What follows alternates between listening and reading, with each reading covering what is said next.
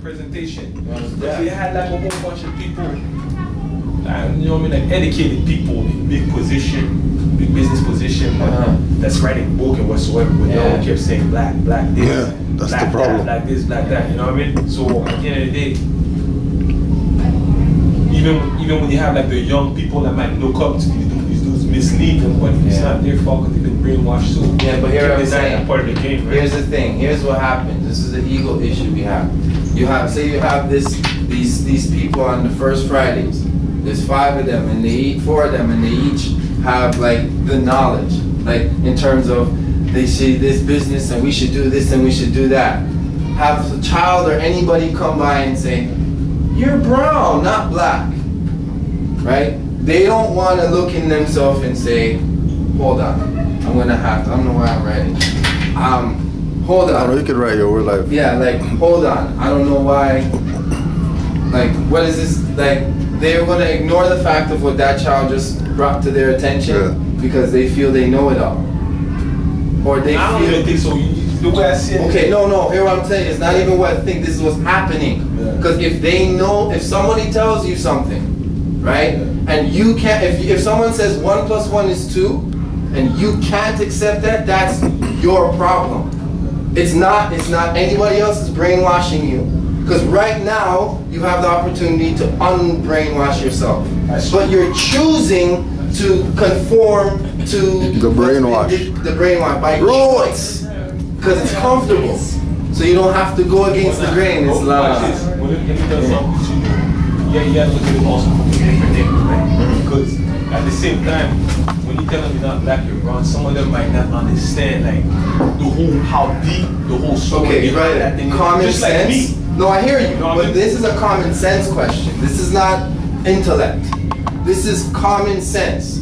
If something is hot, right? A child has to learn and develop their common sense. You can't teach that. And if someone doesn't have it, it's their own doing. Like you can't belittle the creator to think that we were created without choice. We always have the choice. Always have the choice. So I agree with the fact that these people are brainwashed. I feel you on that. And I'm not trying to say like that's not our reality. But here's what it calls. The brainwashing can only happen if you do it to yourself. Check this. I took like 30-hour bus trip with three musicians. You know, magicians. Magicians. Right? Because I always say musician like music, right?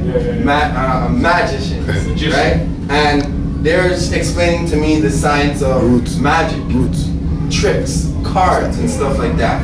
And they're telling you that there's no such thing as magic, as to what people think it is. The reason is, like, you do a card trick on someone, the person, it's about mind.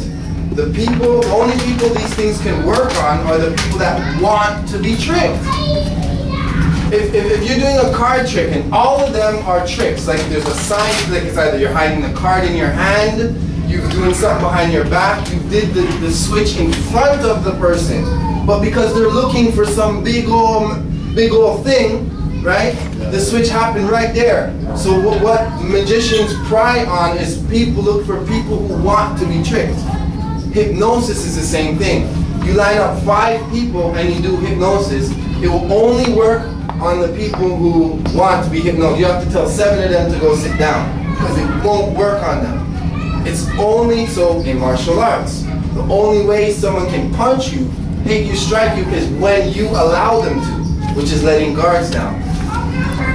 Animal kingdom, nature, the only way things get in on other things is when they let guards down or when they allowed things to happen. But also when that's all they know.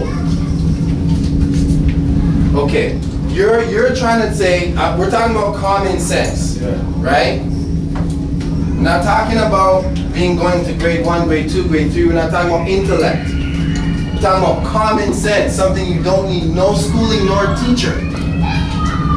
You don't need a teacher. It's not about what you've been taught. Right? It's the fact that what you're willing to accept, that's where it comes down to. these 4 people who are teaching Islam, these 4 people who have all these answers for black economy, black this, black that, lack common sense, and that's dangerous for people in power. This is why we're messed up. And this is why I understand you, I have a feeling you have a heart, you don't want to just throw away all these leaders. We're not throwing them away. If you can develop a curriculum to teach these people how to use their common sense, guys know you have a heart for them. You don't just want to, you feel that they've done some great works and you don't want to throw them away. We're not going to do that. But what we're going to do is, I'm going to get to the point where I'm not going to contribute to that bullcrap anymore. Because that's what's hurting them, and which hence is hurting the rest of our people. I can't contribute to that. I can't condone it or make excuses for them, because they have common sense, or they're choosing not to use it. Because if they have all this science and all this knowledge about how we can invest our money and do this, and they have all these businesses and stuff like that, but they can't use their common sense. So there's an intentional thing going on. There's either the position that they're in is being threatened by common sense. You remember when you came to the first class? Yeah. And we were talking about the whole stuff about Farrakhan or whatever, and you were like, nah, yo, forget that shit, yo, Farrakhan. But then you did the research for yourself, right? You did the research for yourself, and just by you doing the research, it became common sense that, hold on a second. Right.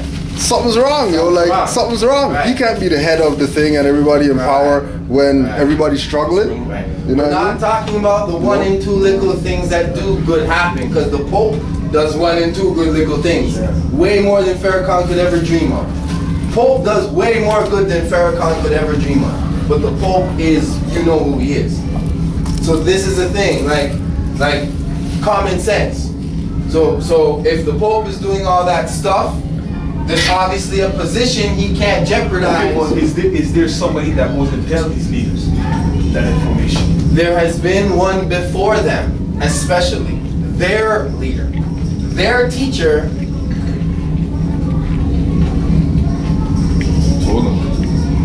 Is the man.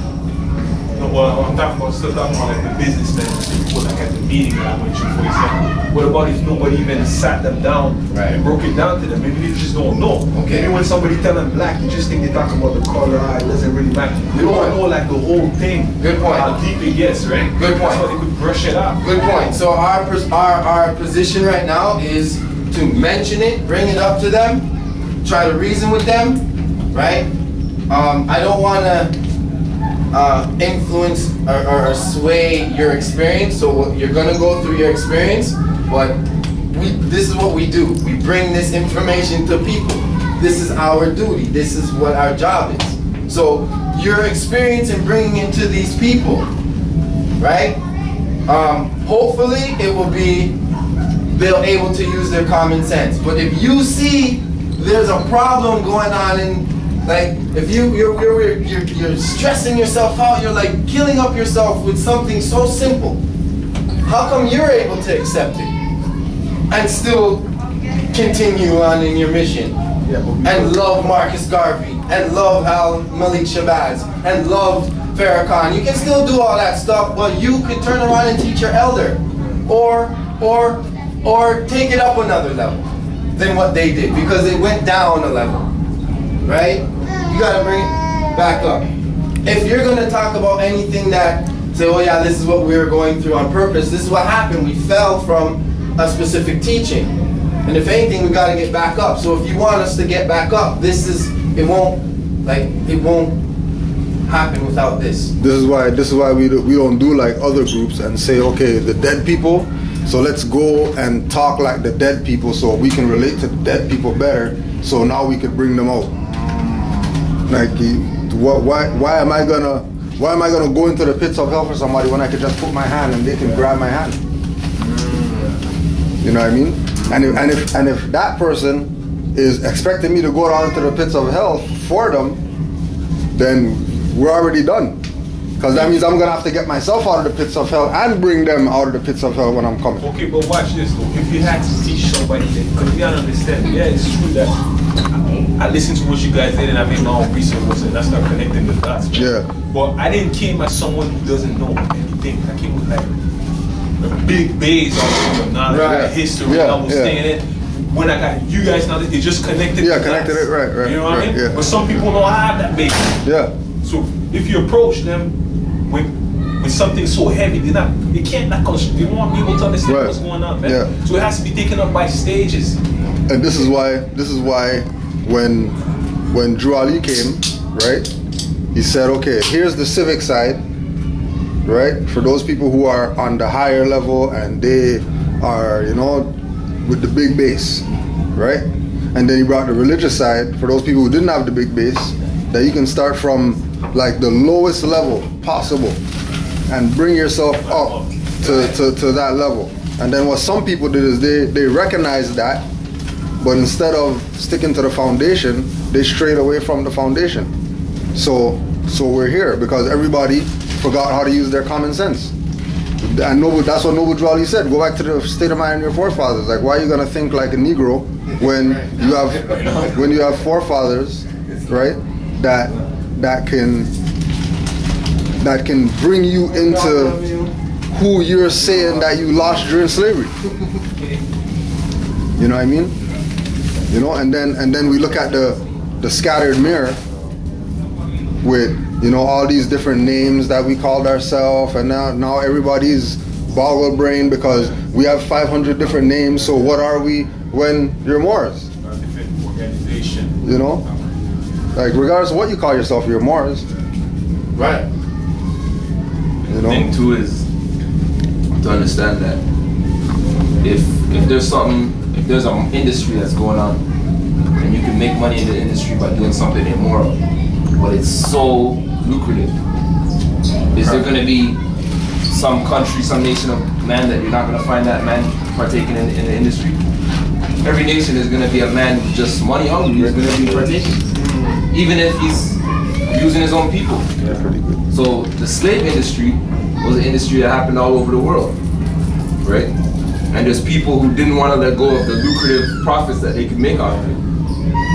And there's people who look like me and you who still want to make profit off of that industry. And that industry is called Negro, Black, and Colored. Yeah. As soon as you invest money in that, and you're on the right side, you're gonna make money.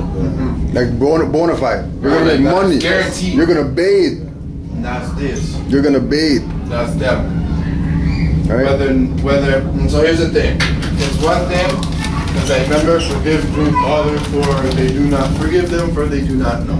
Like one thing, and you know this in your life. Like if you didn't know something, you won't even like pressure yourself. You won't even get down on yourself. I just didn't know. I'm sorry. I didn't know.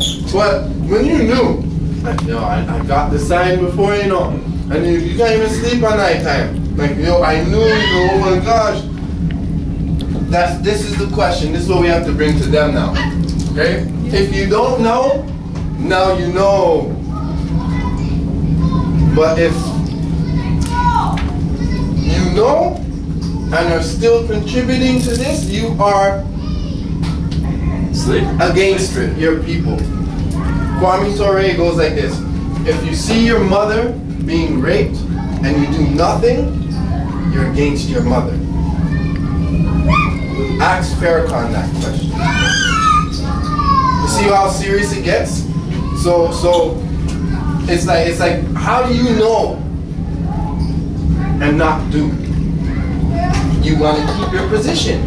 Yeah, most definitely. For those who understand what he's saying, I'm just talking about the ones who don't know. Ah, okay. The ones who don't know, when you see the sign, right, you have the choice.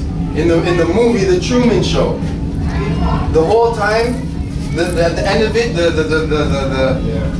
the man who owned him said, you knew this whole time, many signs you saw, but you chose to conform to your conformity. Right. To comfort. To you don't want to go against the grain. You don't want to change things. And that's in a movie, right? That's in a movie.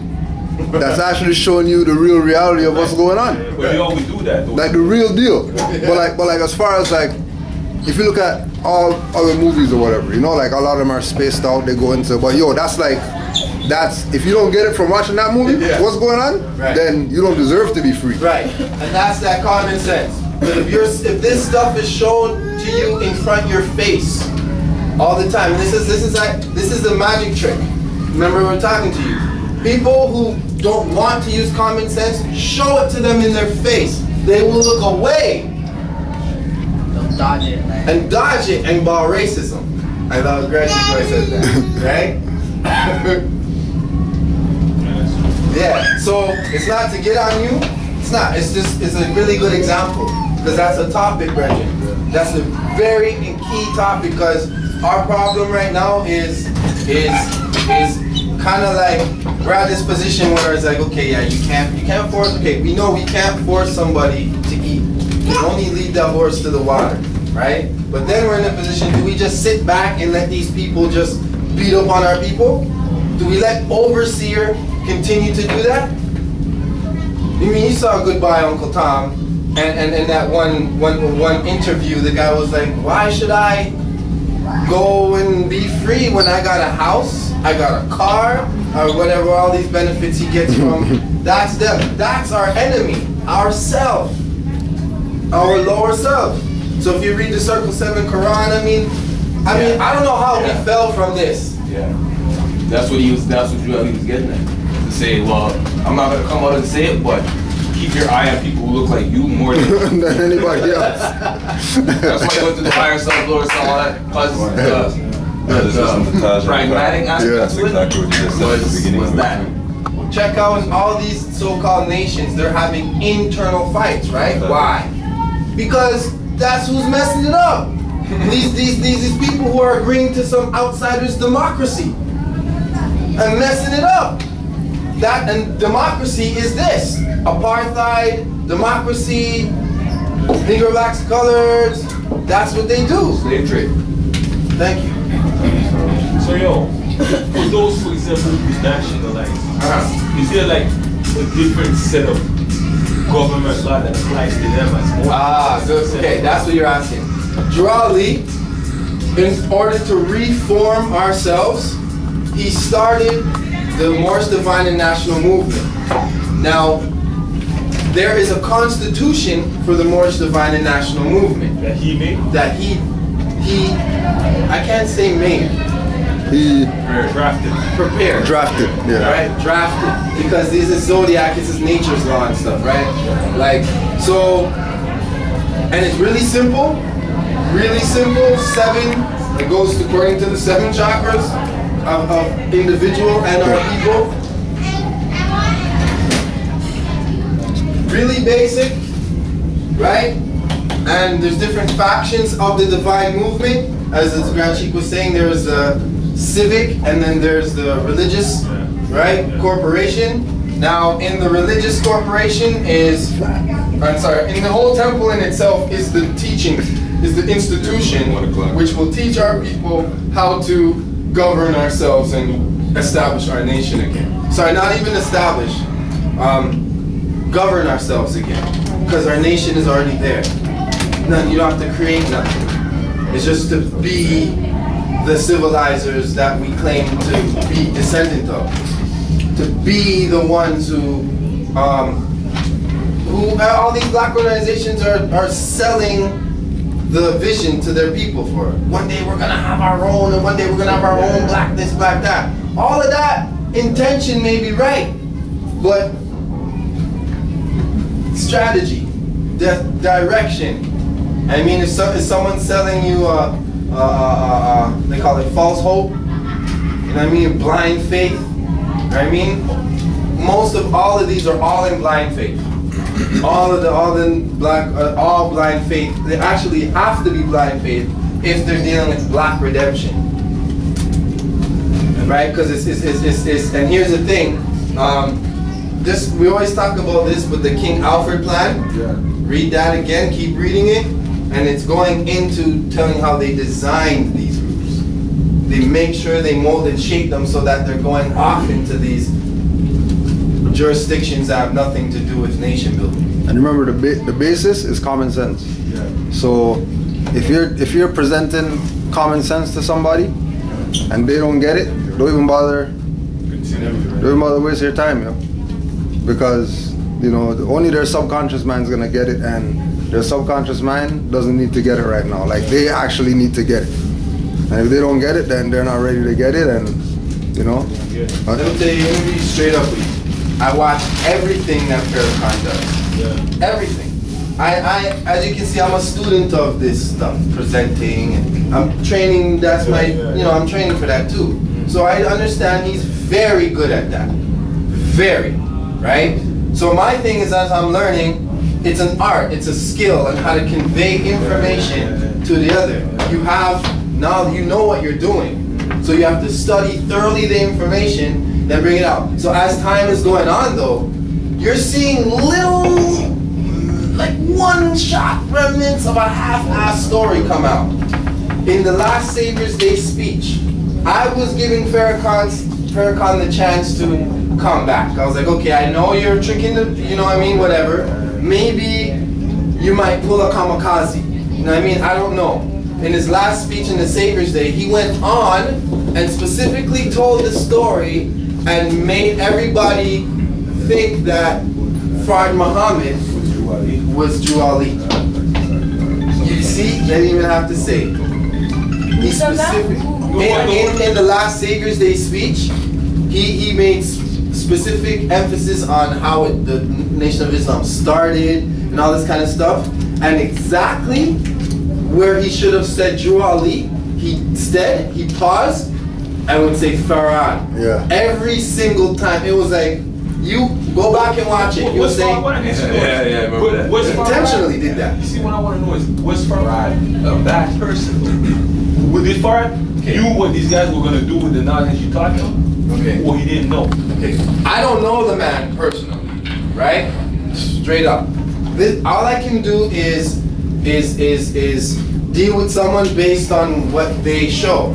That's it. I can only judge off that, right? From what I see with Fard Muhammad, I don't know his personal life, how he treated women, all that stuff, I don't know. But he was a member of the Moorish Science Temple of America. If you have the picture there, just the most standard picture with says 1920 convention, he's right there, right? He's like right up on that side, right? If he was a member of the temple, right, and he actually was like a leader of the temple in another district, right? He was a head of temple number 4 in Detroit, right? So each temple sprung up. Remember, this is so each temple has their own little. I'm sorry, the temple is sprung up in different areas, right? He's one of them, right?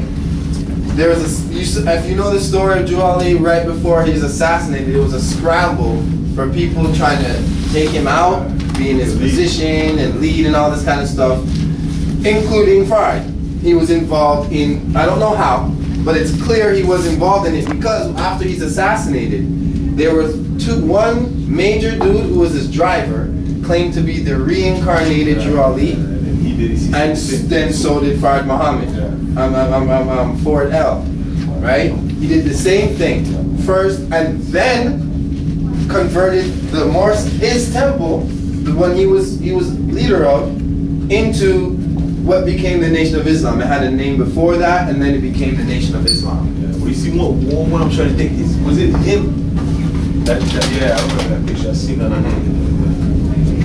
I wonder, like, was it him that converted it to the Nation of Islam, or did he pass the knowledge to Elijah decided by himself? Him. There was no Elijah. Elijah wasn't his student yet. He wasn't, right? Elijah became his student through this movement, right?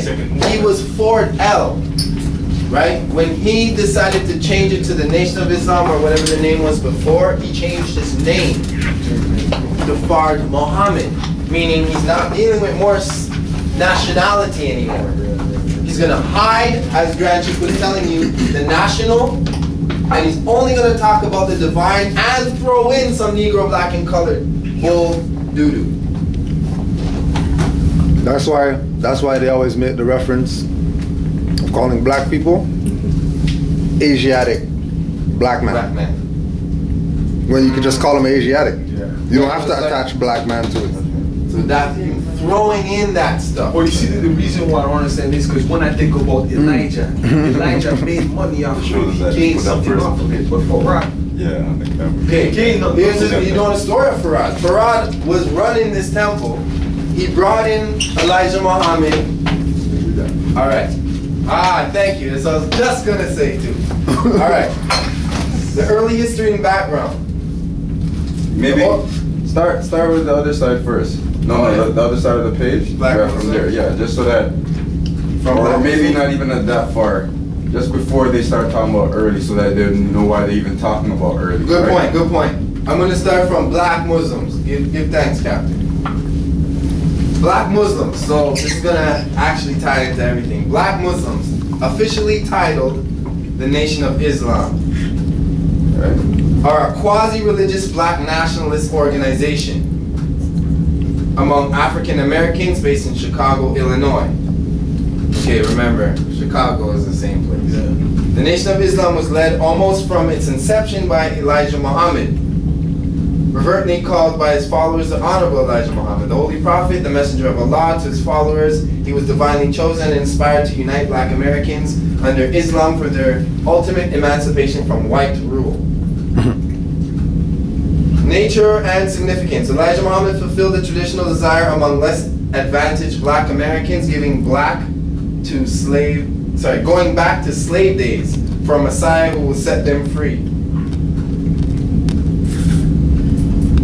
Yeah, this messianic impulse, common among politically and socially oppressed groups, is one of the reasons the Nation of Islam has gained such popularity among black Americans, many of whom see their situation as similar to biblical accounts of Egyptian bondage of the children of Israel and their eventual divine deliverance. Muslims believe all black Americans are chosen as members of the ancient tribe of Shabazz, a lost found nation of Islam in the wilderness of North America. At first, the leaders of the Nation of Islam places emphasis in what they believe to be Arabian civilization, the highest development of which was reached in Egypt. Since 1960s, however, and the emergence during that decade of independent black African nations, their organization gradually began to center around Africa. In its ideology of the Nation of Islam is political. Its proclaimed objective is an African American homeland and a forthcoming black nation. In practice, however, it shuns anything political, because it holds that Allah himself, who is both religious and political leader, will bring about the new world and the new Islam to religion of the black people, of the black nation. While it awaits an event of this new world, Elijah Muhammad, the messenger of Allah, acted as its political and religious leader. Elijah Muhammad made his appeal primarily to urban lower class American blacks, who were for the most part poorly educated migrants from rural areas of the South. Northern-born Muslims were generally better educated, though college graduates comprised only a small percentage of movement followers. During the early 1960s, Malcolm X, Al-Hajj Malik Shabazz, succeeded in attracting more college graduates to the Nation of Islam. Through its additional appeal to this group was also based on the movement's shifts in emphasis from the political to a more social orientation. Before 1935, membership in the nation was very small. Its meetings were usually held in homes or rented places. Exact data on membership is difficult to secure since the figures are kept secret. The two largest memberships are a mosque formerly called Temple number 27 in Los Angeles and Mosque number 17 in New York. Total membership was estimated in the early 60s between 10,000 to 25. There were between 5,000 to 15 registered followers. Pardon me, at least 50,000 and a larger number of sympathizers. With the recent rise in popularity, the nationalistic ideas among black Americans, however, the Nation of Islam has become more and more popular, and its membership has probably increased far beyond these early estimates. The 70s source would claim a membership of 10,000 to 750,000. What? That much? All right. So the early history and background. The origins of the Nation of Islam are found in the religious tradition of Noble Drew Ali's Moorish Science Temple of America, established in 1913. It also embodies the secular tradition of Marcus Garvey's UNIA, founded in 1914. Elijah Muhammad was himself a member of both organizations. The philosophy of the Moorish Science Temple was based on the assertion that American blacks are actually Asiatics, and specifically Moors, whose forebears inhabited Morocco before they were enslaved in North America. In 1929, after Drew Ali's death, the leadership of the movement was assumed by W.D. Fard, who reportedly claimed that he was Noble Drew Ali reincarnated. In 1930, a split developed in the movement. The faction had called itself the Moors, remained faithful to the teachings of Drew Ali, and still exists as a small group. The other faction followed W.D. Fard and later Elijah Muhammad to become the Nation of Islam. Now, the leadership of W.D. Fard. W.D. Fard became prominent in the black nationalist movement upon the death of Drew Ali. In 1930, he founded a temple in Detroit. He proclaimed that his mission was to secure freedom, justice, and equality for his uncle living in the wilderness of North America, surrounded and robbed completely by the caveman. W.D. Fard used various names: Wali, Farad, Professor Ford, Farad, Muhammad, F. Muhammad Ali. I never heard that one before. Whoa. Wallace, F. Muhammad Ali, Muhammad, and even God Allah. So that's why they called Cassius Clay Muhammad Ali, yeah? Yeah. To jack the Fard energy. I hear that. And the Drew Ali energy. Yeah. He is said to have peddled silks and raincoats from door to door in Chicago. After organizing the Detroit Temple, he gradually receded into the background, finally disappeared into leaving no trace. Development and expansion. Fard's mysterious disappearance led to some of his followers to believe that he was truly the supreme ruler of the universe, or God, Allah. Not all his followers, however, believed in his divinity, and a devised controversy developed. One result was the founding of Chicago branch of the Nation of Islam in 1933. The Chicago Temple, led by Elijah Muhammad, severed all connections with the parent group.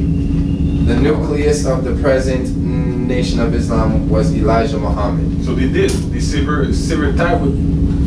There was many. Yeah. There's many.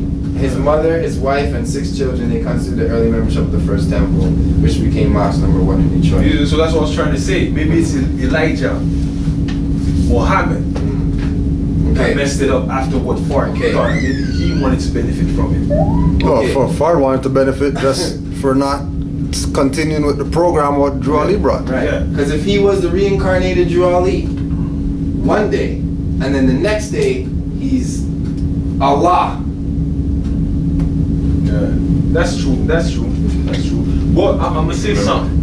You see that? Because remember too. When he says it's Allah, once again, a lot of the time it's about who heard him speak. A lot of the time when people hear something and they don't understand where the angle that he's coming from. Watch. No, this is the same era of Father Divine. Yeah, because maybe he's just breaking down the same all of these people, Father Divine, the whole thing about having your leader being the reincarnated of God came from people trying to say they're reincarnated of this man because they believe he was a prophet of God. Farad Muhammad, all of them, because what he brought was real, right? But what they tried to do was, when he's assassinated, take on the same inheritance. It's hard to do it without the merit, without bringing it to the table. So in order to keep their following, they have to up themselves. Malachi did it after. Straight up, it's a science that they're doing. This is a Masonic science, right? That you become the divine. I hear what you say. You become Allah. I hear what you say. I'm not Father Divine was Allah. Yeah. You know what I mean? I'm not trying to argue with this thing. I know about from Elijah Muhammad. I know that's what they're doing. But I'm saying as far as master work, like a lot of the time, people take the information that you give them, and if they don't have the knowledge, you twist it to something else. That's like the same thing that's going on with religious leaders right now. Give me something in the Quran. What you're saying is real, but does that apply to this situation? I personally don't see it because Prophet Muhammad came up with the black Asiatics and the black this and the black.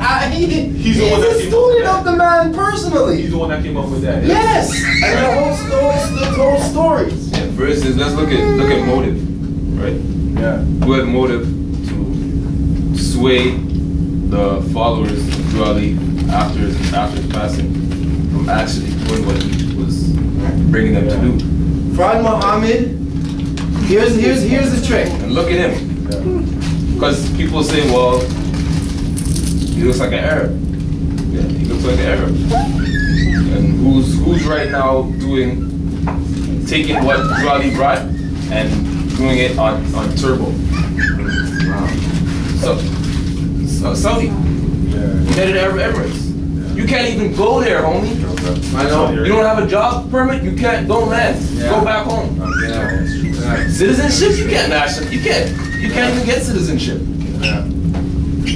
So remember, if you're trying to say, it was him. So everyone in the Nation of Islam should have an Al last name. But because he was Fard L. But he changed his name and the agenda and buried the whole national movement and changed him to Muhammad. So it's now all this divine, I am Prophet Muhammad now. And Fard Muhammad and everyone after him, Elijah Muhammad. Because remember, Elijah Muhammad was a member of the Moorish Science Temple of America too. And they branched off, and so they were both conspirators. This is what I was trying to break down to a brother in the Nation of Islam. That the idea that they got of you being a slave, come to the NOI and then adopt yourself X because we don't know what your name is, so we're gonna call you X, and then like that. That's the Noble Drew Ali program. That's a direct government, CIA, some kind of intelligence. If we were all we knew our last name or title. That's what I'm saying. L, Bay, Day, Al, and Ali. We knew it. I always wondered that with Muhammad Ali too, like how come? Yeah, he never got X. Yeah. And then now after we read that and it's saying that Farad called himself Muhammad Ali too. Like when did that X come into play in their movement? Like from even like or Ali. Oh, I read. Or Muhammad, because Muhammad Ali are probably the most conventional. No, see that's the name by them. But see, the thing with about that, and I read that it came from Elijah Muhammad days. Yeah, right, but the thing with changing the name, because it was only supposed to be the heads that get a name, and then the followers get an X, and then they get graduated by going through the problem book and going taking these tests and whatever. So there was never then you advance to. No, there was never like a. No, but there was. Right? Then you advance. There was a Cassius X though. A Cassius X. A very small period of time. Oh, there was a Cassius X. It was a small period of time. Yeah. Right? But as he's saying, but again, it's a graduation. No, but you're right. But they graduated. Yeah, if it's a process. Yeah, they graduated from the beginning. How the hell did he just get to graduate? But that's the thing. Exactly. That they knew that he was going to be, because he was supposed to be the one to take over Malcolm X's position. Like the public figure, yeah. Because don't forget, Malcolm X was beefing with the thing just said that Muhammad Ali. The thing just said that Malcolm X, right? Yeah. So-called Malcolm X was when he started pushing Nation of Islam, was when Nation of Islam got popular. Yeah. Yeah, I know. Yeah, so that means that if he has disagreement with Nation of Islam, and he's the one that made it popular, if he leaves, everybody's gonna go with him. Yeah. Muhammad Ali. With Malcolm X. Yeah. Right? Malcolm. Right? Yeah. But they used the draft and all that to bring Muhammad Ali to the public so he can over Malcolm. Right? The draft to go to the Vietnam War. Right.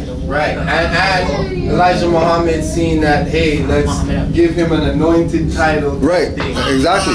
Right? Because he was taught Yeah. He was taught by Noble Drew Ali that you're not supposed to name your children Ali. Yeah. Only the anointed. Only the anointed get that name. That's a name that you earn. Oh, yeah. So technically, Muhammad Ali earned it technically. Well, they but not really. They force fit. You know what I mean? They wanted him to take that, to be that thing, to overshadow Malcolm right, and Fred Hampton. Yeah, because it was a popularity contest. All the men there who were actually doing something. But it worked. If you know, because you went it from Muhammad Ali, worked. that's when everybody. It worked, and then got Ali. Well, remember the quote we read about Ali? The biggest mistake he made in his life. Yeah. He severed ties with Malcolm X. Was going against Malcolm X for Elijah Muhammad. Because it's clear, it's clear. He said that. Like he said that himself. Like he said that himself. Quote. Right? But nobody's gonna take that he said that. Everybody's gonna talk about float like a butterfly, sting like a bee, and talk about crap. But they're not gonna talk about going on with him right now, they probably the real did stuff to quiet him down because he was probably gonna start freaking talk about him. He's the next man too. Because why aren't they taking care of him? Most definitely. He shouldn't even be the way he is. Right. His illness does not come from being punch drunk. No, they used to spray pesticide and stuff like that. Like there's poison in the corner where we train all the time. That's what I'm they saying. kept on poison in this man's And if you guys, slowly, after a while, if you guys cared about this man's interest so much, you're gonna do everything to protect it. Right, because remember, you won't even let no one get close to him. I don't think them even around him anymore. He used to fight. Ali used to fight for some racist promoters and stuff like that, right? And then, I gotta get this dude's name because I need to use him as an example. He was the man for Elijah Muhammad. He was Malcolm X actually personally recruited Muhammad Ali personally, right? Yeah. And because it would have been a good figure for the image of the Nation of Islam to have a celebrity and because remember it says it's all politics, right? It's either politics or divine. They didn't say nothing about civics, just politics, right? So there's a dude they actually assigned to dealing with all the affairs. So Muhammad Ali fired his old promotion team and his management team and hired the Nation of Islam as this boxing coach, manager, everything, everything. So, and then now you couldn't talk to him unless you went and spoke to the Nation man. And then that was like Nation of Islam takeover. Yes. That wasn't him doing that out of his own, because just like you said, the reason why they secluded him like that was because they didn't want El Hajj and him to build and talk and build their relationship. That's why they surrounded him like that. You know what I mean? Yeah. Because don't forget, El Hajj was used as a puppet to go recruit him. Yes. So El Hajj never got his free national name from there. No, when he went over, right? Yeah. I was building with this Nation Islam brother, and he's saying that the name, because I was showing him that was Shabazz the indigenous name. Yeah. And he's like, oh no, it's not only indigenous. The NOI had that name. No.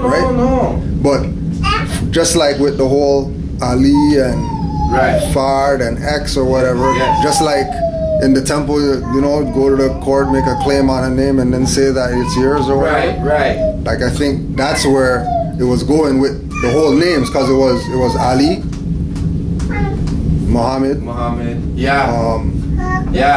Muhammad, Shabazz. Maybe Turner. I can't remember. Maybe, I don't know.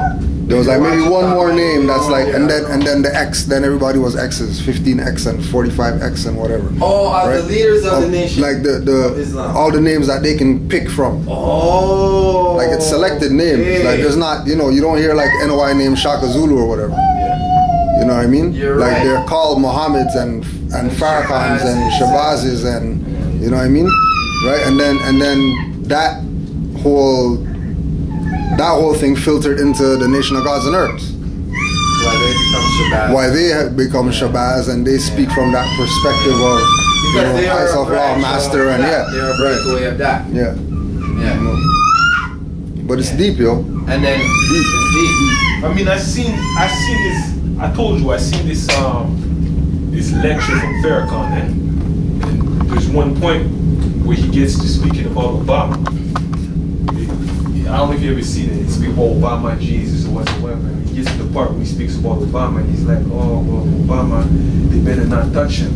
And then he says, if you guys touch Obama, and you guys kill Obama, he's like, Rumsfeld, blah, blah, blah. This, he starts naming a whole bunch of names. And then he's like, if you guys do that, then I'm going to break that covenant. He's like, this is the covenant that I call the covenant of hell. And then he turns towards the people and he says, only then, and then I'll be able to tell you who you really are. So I think he admitted that he took a covenant, but the public didn't get it. Right. Yeah. The public like, yeah, but they don't see the message. They don't understand. Right. But he admitted it in the public though. That's what. So I think the name that he's naming is the people that he made the covenant with. Or he says, I call it the covenant of hell. That's how he said it on the DVD. On the videos, I call it the covenant, and then he's like, and then when I break that, then I'll be able to. Yeah, because Elijah Muhammad tells you that he's a Mason. Like he says it out of his mouth. I'm a Mason, right? So it was Farrakhan. You know what I'm trying to say? Like the Nation of Islam is a Masonic temple. I have to admit it. Right. So just that doesn't mean that. Here's the that doesn't mean that the teaching is not good, because the teaching, like I said, taught me a lot that allowed me to be able to take this information now. Yeah, there's truth within the lie. That's man. There's truth within a lie. Yeah. But it's just like, it's just like if you have, eventually you have to tie your own shoelace. You know what I mean? Like, somebody tie your shoelace at 80 and somebody's tying your shoelace. Right, so you give thanks for it. Like someone came up and punched you in the face, but you got up and trained the next day, so you give thanks. You know what I mean? Okay, all right. Got me. But if you didn't get up and train, that would be of no benefit to you. So that's what you do. You go and you did your research. But these people don't do it on purpose. They're running from it, or they have it, and they're making the decision not to, because they're going to lose that position that they're in. And that's what it comes down to. And money, they're going to use grant money. And the thing that we're talking about with NBCs or whatever, that's a separate jurisdiction.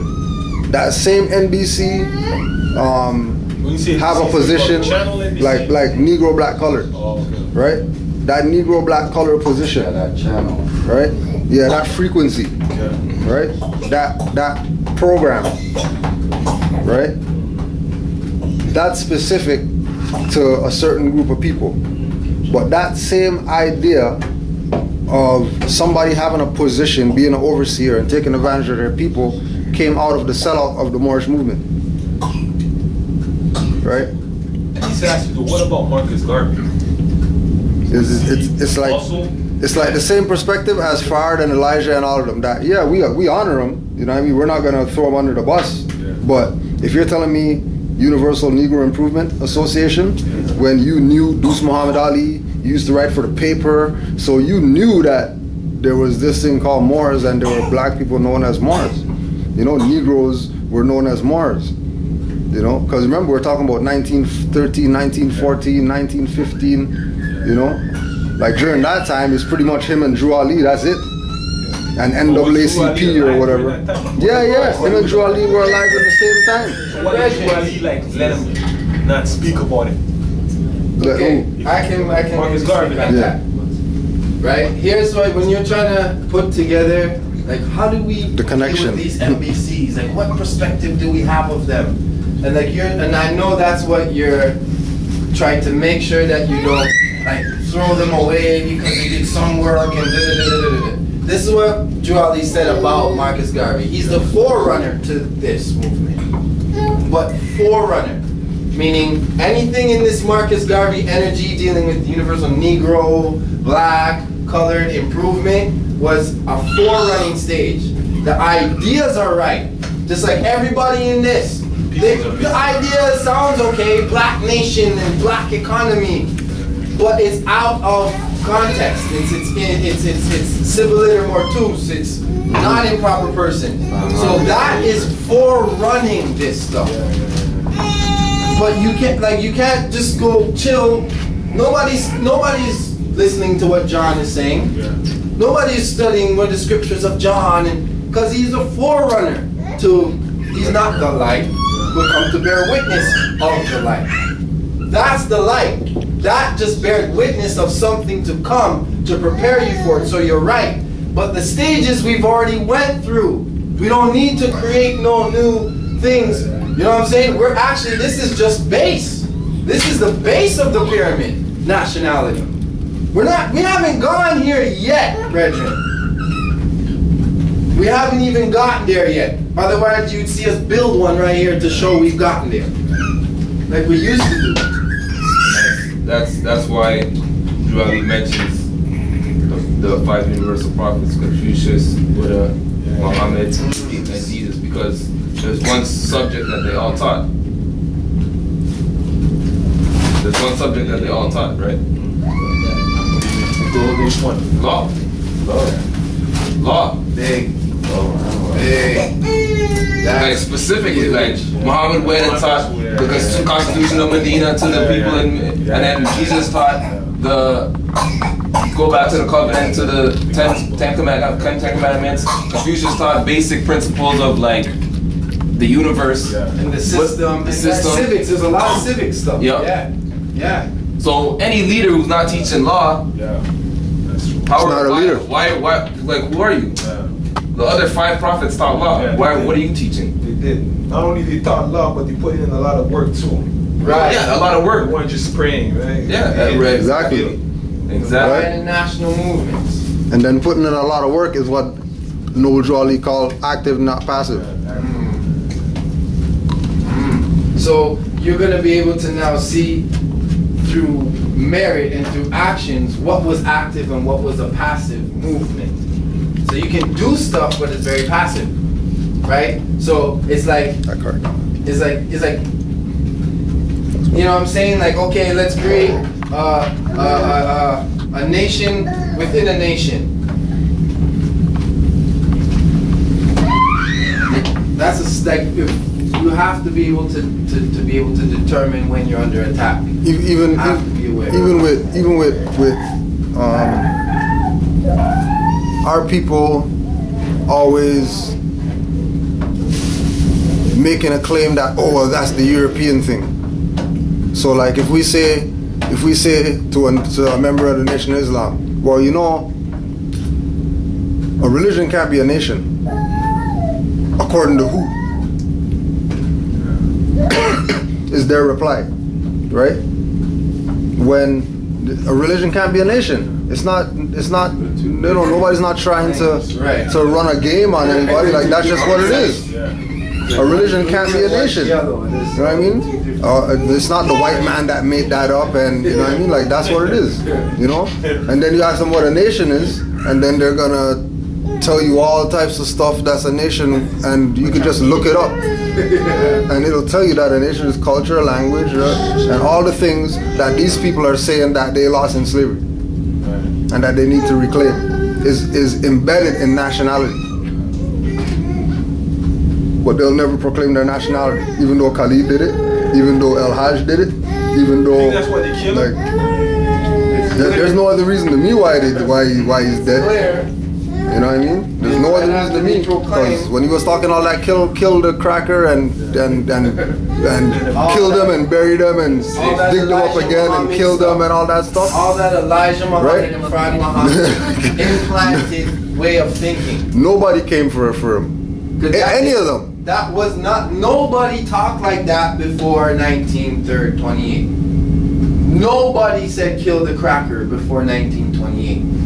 And you know what I mean? Nobody. That was not like it's something our people have been doing. They made it up. That's modern. They made it up. The whole thing about, what is it? The original man is the black man. Is the black man. Yeah. How? That's fraud. How is that true? Right? And again, it's going back to common sense. And then by their teachings, it lets you know that they think the public's dumb and they can't get it. That's what I was just gonna say. Yeah. That's their excuse. They're dealing with the they're deaf, saying, dumb, and people are blind. dumb. So that's why they have to use that approach with them. Right. marketing, sales. You have a business. You have you market to the ones you can put under the spell. The Nation of Islam is not trying to go help progressive people that want to make change. They want the ones who come. Can I have a meal today? They want those guys. The man sitting on his porch, you know what I mean, that doesn't do nothing, just sit on his porch, so they can just go shake his hand, get a nice photo op, you know, picture, bam, and they're gone. Put that in their paper. And I'm saying this not because it's my opinion, like this is what's going on. What's going on? The paper right now saying that they're hitting the streets, and they're doing street work now, and they're just, it's publicity, it's just Paris Hilton stuff. Right. They're doing so much work in the streets, right? Not taking nothing away from, you know, what they've done, what they're doing, right? Because there are some. Take it to the next. They should have taken it to the next. No, they having all that money from long time. They're getting funded by X amount of hidden hands too. They're getting funded by. So I mean, and it comes back to the common sense thing again. You know, like you're not just gonna go get Washington D.C. and you can't just go rent that. So and you're teaching people to hate the white man.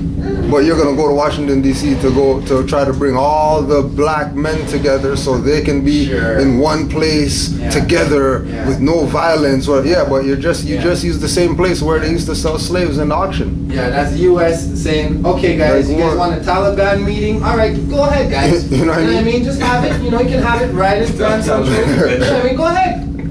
Taliban convention in Washington D.C. Like, come on. And Nation of Islam is on the Homeland Security list for terrorist organization. And nobody's going after them? How come they go after Taliban so hard and they don't go after NOI? When they're on the list. Like, it's not like they're not on the list. Like, they're on the list of terrorist organizations that Homeland Security has under surveillance. It was a no. No was taken. Right? You want to know what Nation of Islam's purpose was in the past to the CIA is what the new Black Panther Party is right now. Kill the leader, strike the shepherd, the sheep will scatter. Right? Now the so-called the people who are running the new Black Panther Party right now are, I'm gonna call them out. Malik Shabazz, right? He's a lawyer, he's all this kind of stuff. Every single time you see them, like, whatever, flipping Zimmerman, whatever his name is, and any Joy Davis, any little mishap that happens in the community, like how they would send Al Sharpton, you know his job, right? Now, and like they were doing before, it's just different levels. When it was more of an uppity scale community, they sent Sharpton. If it was more of a grimy community, you send Elijah Muhammad and the Nation of Islam. Nowadays, you need something going on there, sending Malik Shabazz. Every single time something goes down, you see Malik Shabazz there with new recruits of Black Panther generals and field marshals and stuff like this. Kids, children, standing there, picketing and yelling on this microphone and screaming and making us look stupid. Why are they down there doing that? Right? Purposely. That's his job. And then you see this big old man, Malik Shabazz, taller than everyone, is older than everybody. He's just standing there like, what's he doing there? He has a higher job. So when Malachi Z. York went down, Malachi Zadok L went down as Malachi York, right? All of a sudden this guy pushed himself up as his lawyer and then assumed leadership of the Nawapians. And then the Nawapians became a terrorist organization under Homeland Security because he started talking black stuff. Black, white, cracker, we got this. When the Zimmerman and that kid, I forget the brother's name, Trayvon Martin. When remember the new Black Panther Party statement? You know what they said in it? Right in front of your face, like you said those Masonic things. They said, we are second-class citizens. He even said it. We're not even citizens. That's what he said, so he knows. And then he goes, we give whatever reward to whoever can make a citizen's arrest.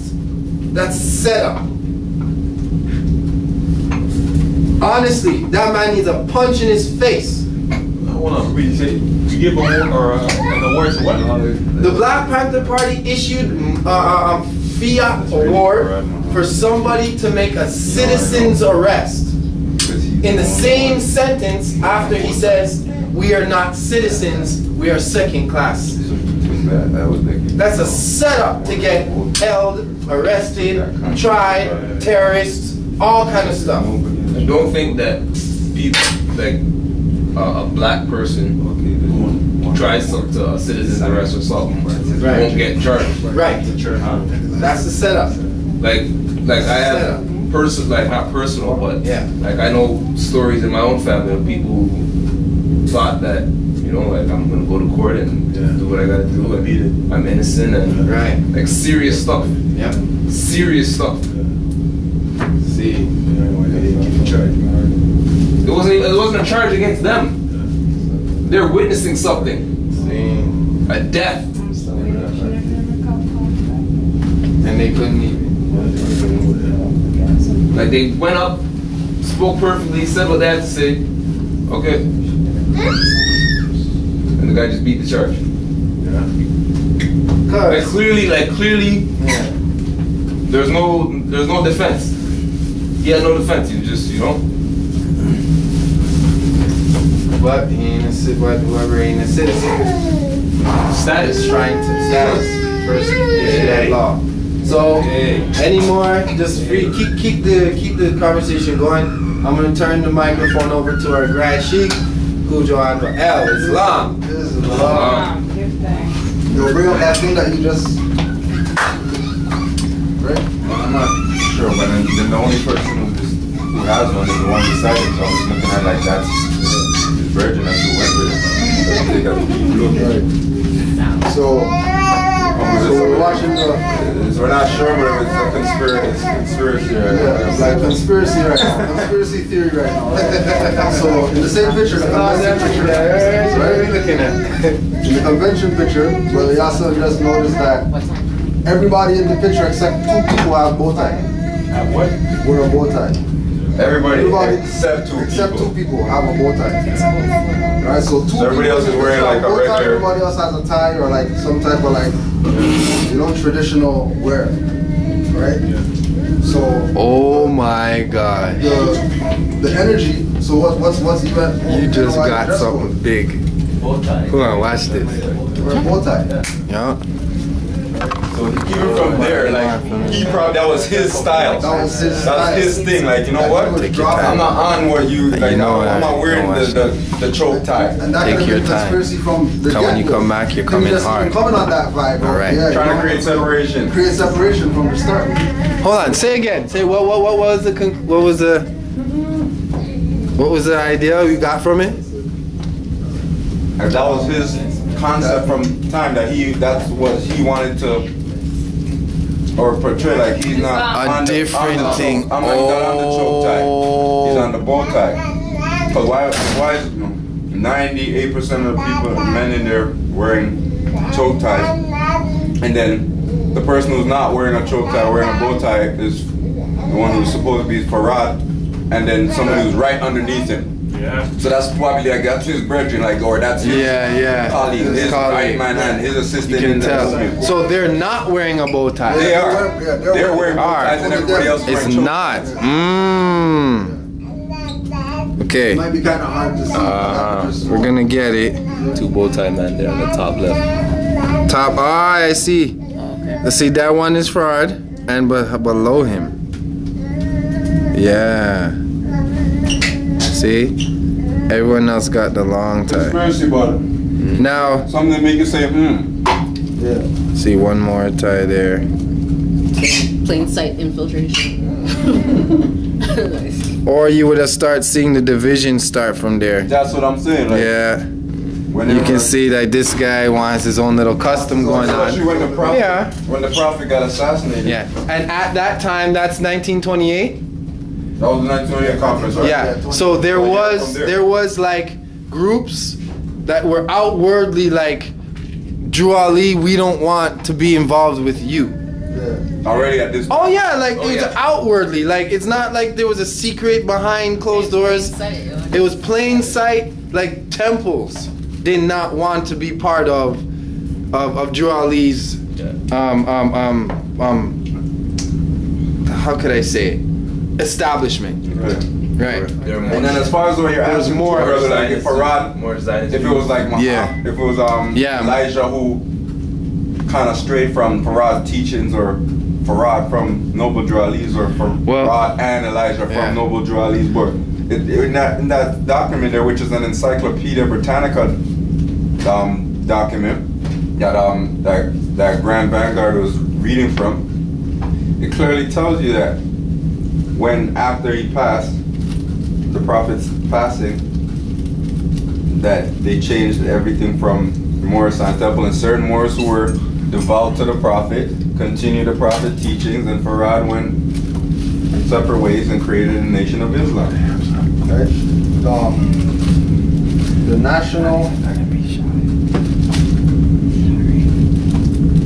national principle is the ideological basis upon which the Nation of Islam is organized.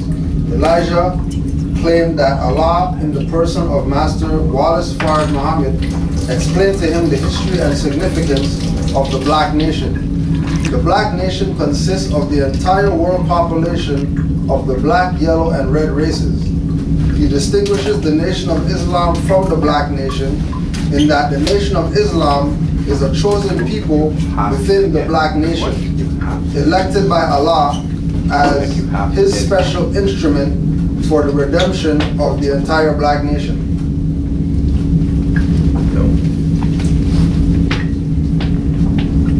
Right? Finance. The income of the nation is kept secret. Some of its sources of income are known, however. These sources include contribution by members, dues, right? And by other interested individuals. Most of the funds come from voluntary contributions of members. Each member is required to pay a percentage of his income to the central treasury of the mosque. The fee is called duty. Additional funds are derived from public functions such as bazaars, dinners, and collections at public meetings. Another source of income is from sale of the nation's weekly newspaper, Muhammad Speaks newspaper.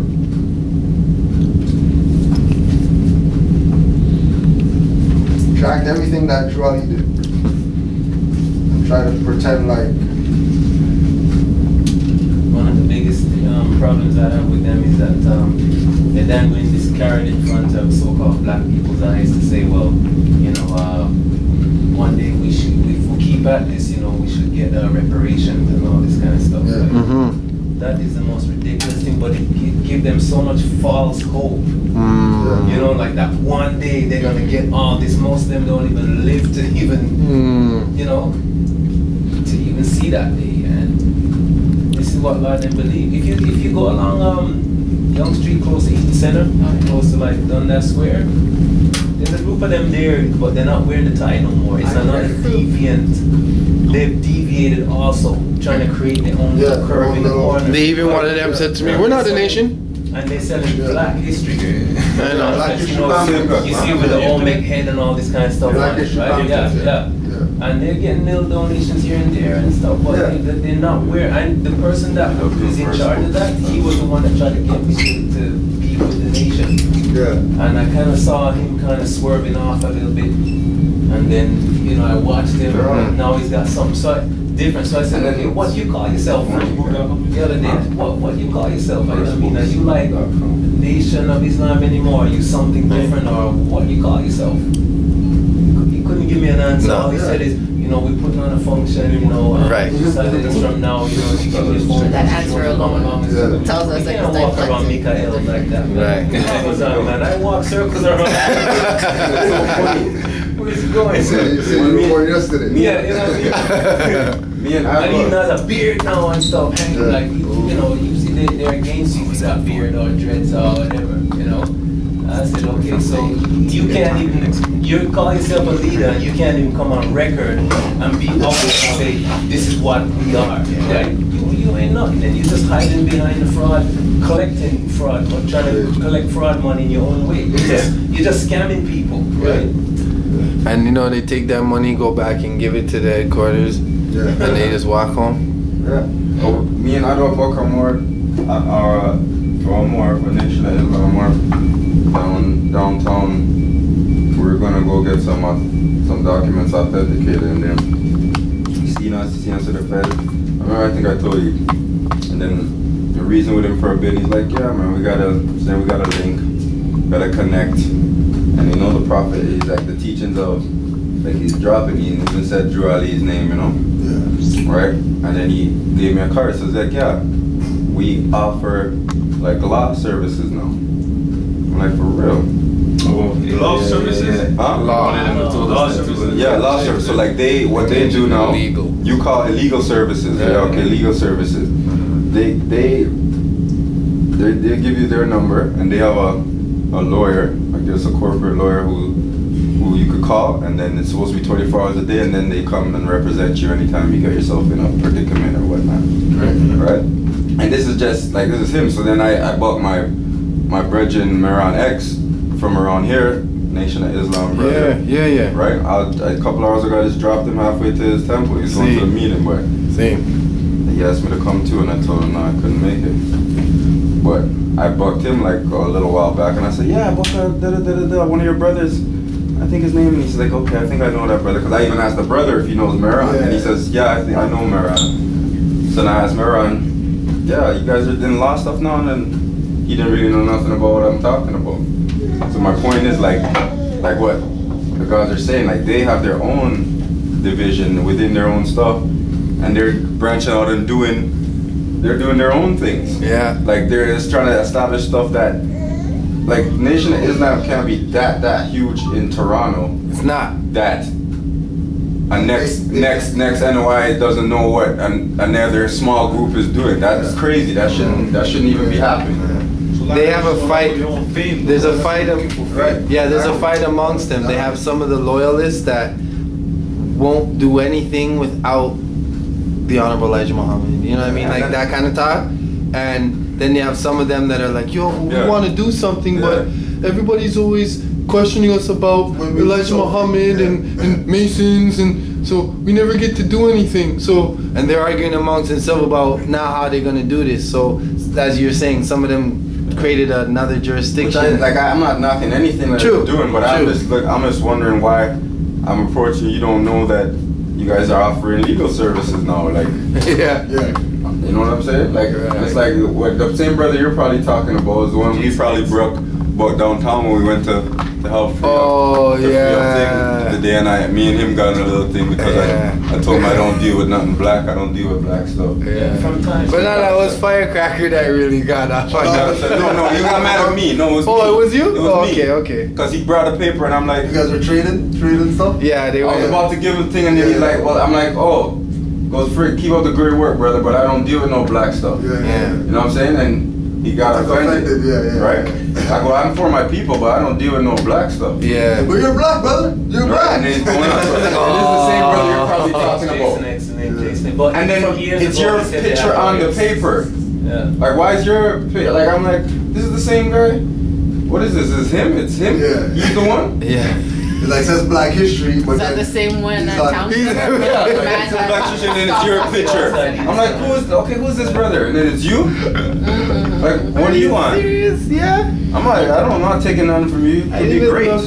You could be great, but come on, bro. You remember the guy that got arrested that had a Moorish hat on? Yeah. On the highway? I heard you say something about that the other day in class. You guys found out who he was? You made a comment, I never heard that before, I was reasoning about it before. You said something, but we weren't really talking about it, but you just used that as a reference. You're like that, I'm like, what? I didn't even hear that information. Like you guys, like you found out something new about what really happened. Oh, no, I was saying like, since there was no explanation onto what that is, it most likely was I think we were talking about like them setting up age, like you remember that, right? Yeah, that like having right? like you just mentioned something like, yo, I never heard about that. Yeah, no, I was saying like it has to be like A little bit more time. setting up an episode to create, to sway, get the people scared, yeah, and whatever, right. and then I don't know how. You said like what you said though was like actually like something that I don't know. You found out that was just a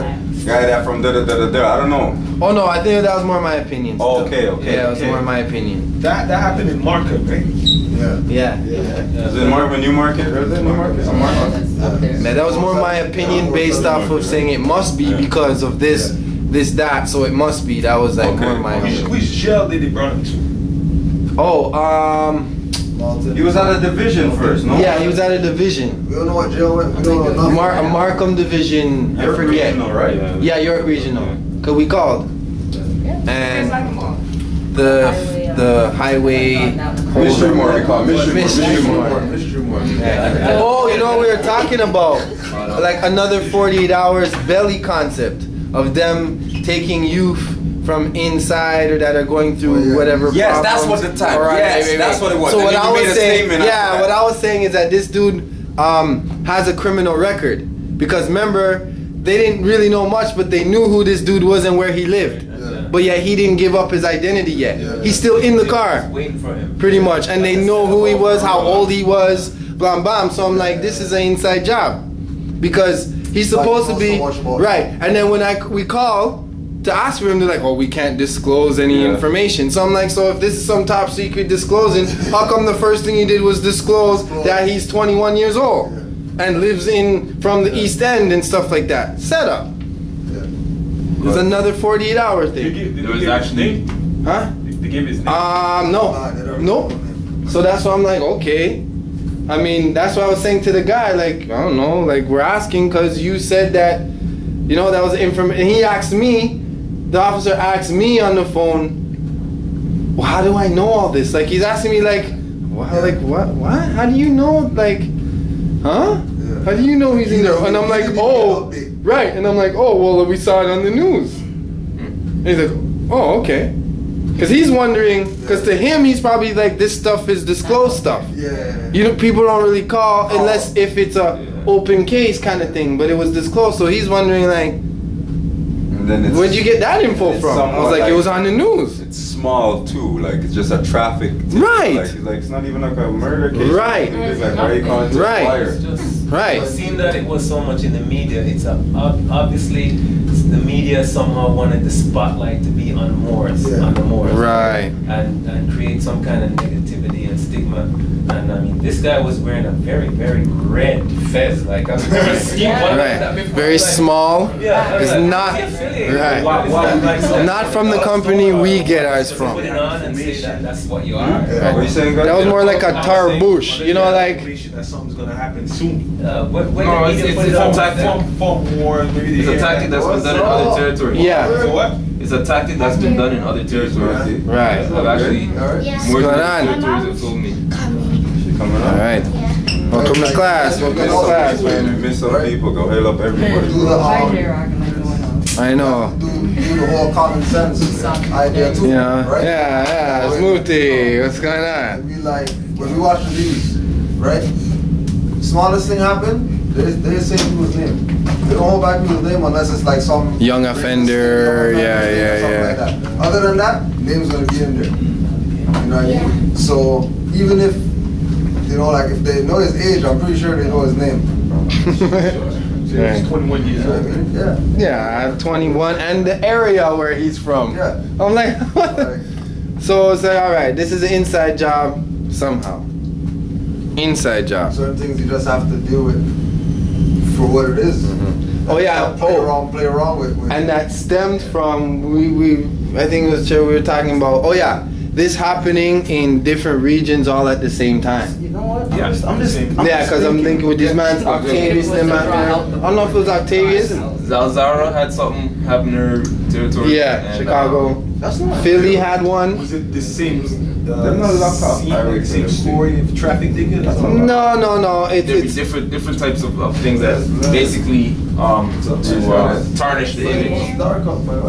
Tarnish the image. Slowly, gradually. In Alzar's situation, there was like a moral. There was a person who like took somebody's home.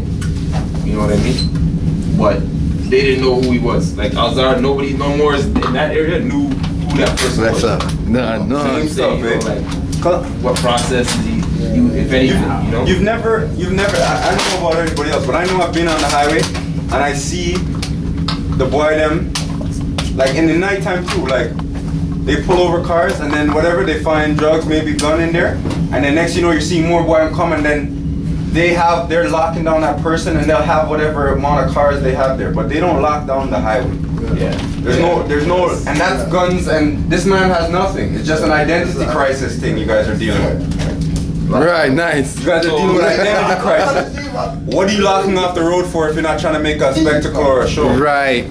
Right? The whole highway. Yeah, like there's no, they don't lock off highway. Back in That's the day. whole highway. Back in the day. You're losing revenue for for you guys, for your corporation that way. So why are you gonna stop that? And it's not even busy, like, you know what I mean? That's a toll highway. Yeah, that's Good a toll point. highway. That was set up. That was set up You don't so lock off. much. You don't bring those type of Yeah, boy them. man. To have Gray service. suit boy them. Yeah.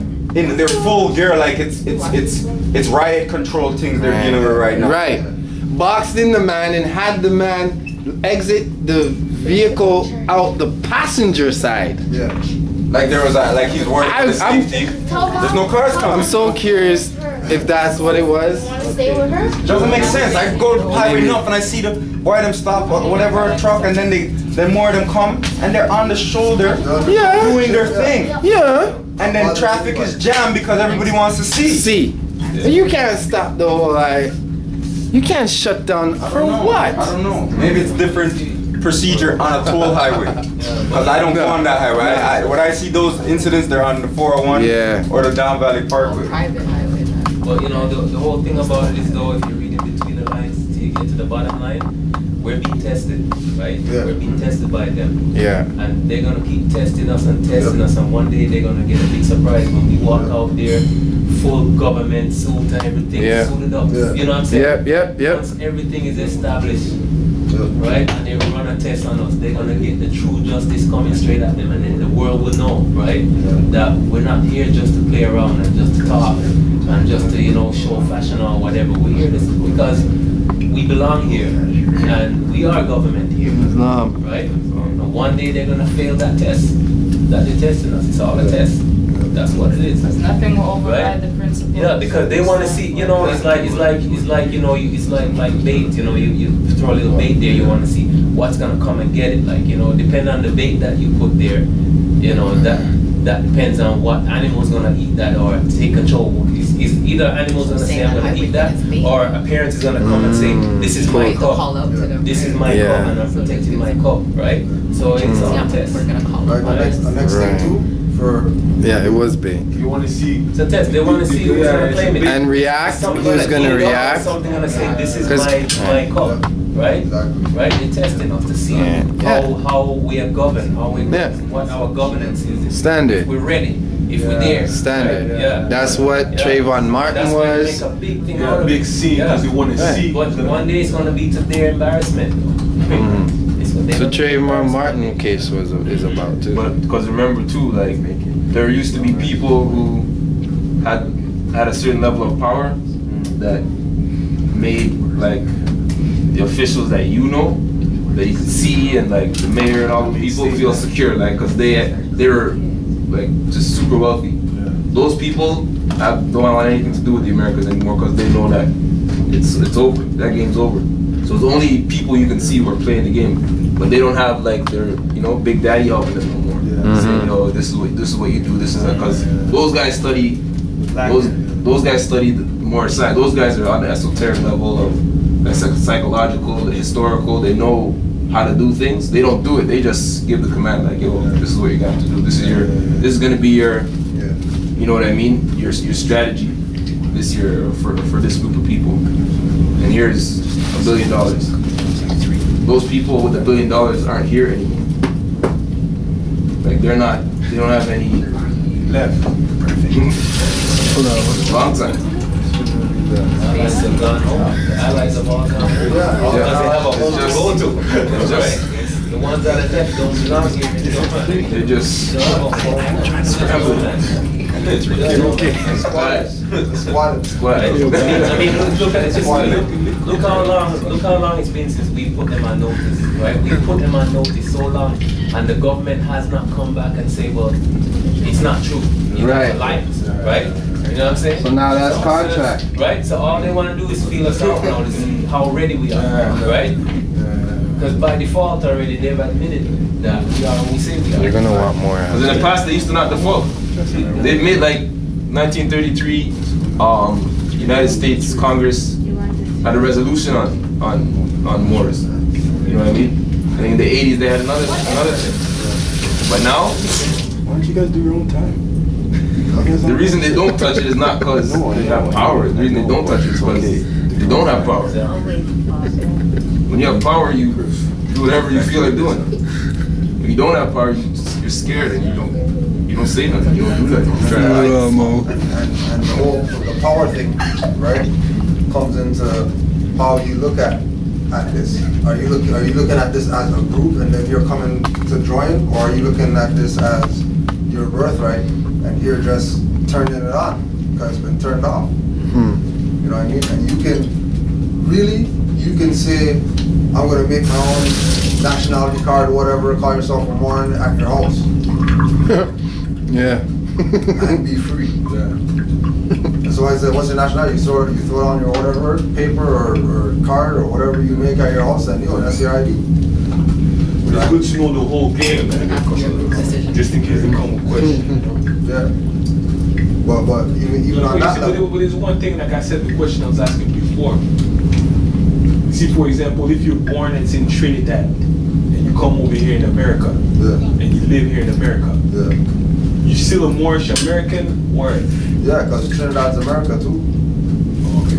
Now, what about if you're born from Africa? Say you're born in Somalia, and you come and you live here? So you're the process, first, my friend. That would be perfect. No, my bro, hold on. Hold on, it's a good question. Good question, though. Good question. It's all the laws, like the government. Well, to be Moorish American, you'd have to be naturalized. Moors would have to naturalize. Okay, you see what Canada does? I think what he's asking. Yeah. See what Canada does when people come here? Like, what happens when people come to Canada? Say somebody from China comes to Canada. All right, that job is really supposed to be our job. Like when they come here, they're supposed to come to the temple and then become a member, get their nationality card, so that that's their stuff for them to use wherever they go in this jurisdiction. Right, but let's say somebody who's Somali, he's a Moor, but Somali I I can answer that. It's a nationality, right? So when they come over here, do they still have to nationalize, but they're already Moor? They already have. Everyone has the right to a nationality or a right to change their nationality. The problem is when Somali nationals come over here, they're not, because the indigenous peoples are not doing their thing here. These Somalis come over and ask the wrong people for permission to be here. So they've chosen to change their nationality to a corporate US or Canada. So you're saying that just as Moor, they have to nationalize? They're already a Moor as a Somali. Yeah, so they have to nationalize with. There are more who chose to be a member of the Somali nation, right? But when they came over here now, they were supposed to have asked, Shifter is one of them, right? So that's why Shifter is here, because this is where he has to come, so that, this is yours too anyway, so that's what the Moors here would do anyway. To say, no, there's yours and here's yours too. But the usurpers are saying, when the Somalis come over here, saying, you were from some other place, you know what I'm saying, and you have to ask them for naturalization, and they're just stripping them of their Somali nationality, which is Moorish. Could I give a quick example for you? Like I was watching Olympics right now, and I'm watching Spain national team play, right, basketball, and then I see a darker Moor on there. Ibaka, right? Ibaka. Ibaka. So I'm Yeah. like, wait, I'm trying to figure out like what Ibaka, like what? No, that sounds like An African. Yeah, man. Canaanland name. Like, Yeah. how the hell is it like? And then I laid now for days, you know. And then yesterday, or today, or is it yesterday, 2 days ago, they finally say, okay, well, Ibaka gets to play for Spain because he was naturalized as a citizen. So now he's a naturalized. He was naturalized in Spain, so he gets to play for their team. But he's not from there. He wasn't born there. When he went there, he probably before he reached the NBA, he went to Spain to play for years. But yeah, and so you can't to live there to have a connected lifestyle. You probably have to become one. So he had to get naturalized. So what it is, you know, a lot of the bridging is doing for access, to gain access, right? Because they know when they come here and they get their Canadian passport or whatever, you know, they do throw it one side and say, well, okay, this is just to get me stuff. I'm still building in Africa. Like I know some bridging. I know one of them. He's actually up to be the next chief in Ghana, right? And from the time that he started getting grants from the government for adult learning centers and all that kind of stuff, he was just building more stuff back home. It's just the question is this. Right? The question is this: if they so they're not really in their mind. They haven't given up their birthright. It's just like they're using strategy. Yeah, that's right. Because it's like their clock is ticking to them. The clock is ticking. This I want to have this done, you know, back home by this, and then where can I get that? It's not just here. They might have other passports in the States. Yeah, they know this is a game. This is a fraud game. It's a game. This is a game. Yeah. And they know because remember they have their indigenous selves there, and then this whole Western way of living, this whole corporate stuff. They're like, what the hell is this? That's true. So they just, if they choose, they step in to play the game a little bit, but they know where they're building. Because they know they're not Nigerians. They know they're Yorubas, Igbos, and those stuff. Go ask any one of them. That's true. Yeah. And then when they come here, they see more Yorubas and more Igbos that have been here from the time, and they're like, oh, okay. Yeah. They see, quote unquote, what they think of Jamaicans. They're like, hey, that's me. When quote unquote Jamaicans are from here. Yeah. Okay, but let me ask you this now. If somebody comes from Africa and instead of being turned into a Canadian citizen, decides to be naturalized, like you say, the Moorship or whatsoever, well, then does he still have? He doesn't have access now anymore to they say the health care. Okay, what it is one is right. He's right about that. We're supposed to have it, but we whatever. So you're right. They won't go that route because they know that there's some blockage. Yeah, they know there's right? blockage. They So can't it's get like, everything. you know what I'm saying? There's like a roadblock there. So they go where the train tracks are. You know, you pull the lever and you say, oh, the train tracks go this way. I want to go that way. How can I go that way? Well, naturalize. Okay, as a Canadian citizen. All right, I'll do that. And they go that way. But they're still sending stuff home. They're like, Mike, Bridget, come home, man. You know how much Jamaicans are back home? You know what I mean? You want a house? There's the land there. You just build your house on it. No tax, no nothing. It's yours. Can I read them? So like that, well. I'm not stepping on that. It's very important. You asked about Marcus Garvey. Marcus Garvey, remember when he got arrested for the mail fraud and all that kind of stuff? Yeah. Right? There's one piece of info I learned not that long ago, but it just capped off everything. Him being the forerunner, according to like in the Holy Quran, Circle 7 Holy Quran, the Moorish Temple of America, the quote is like he's the forerunner of the Moorish movement. Then Garvey was in prison. Jewelry went to visit him. Fact. Let me get you on camera. Like, is this for real? Sorry, class. It's long. Here we go. So he sits down there like he has nothing to say. Alright. Well, look at that, yo.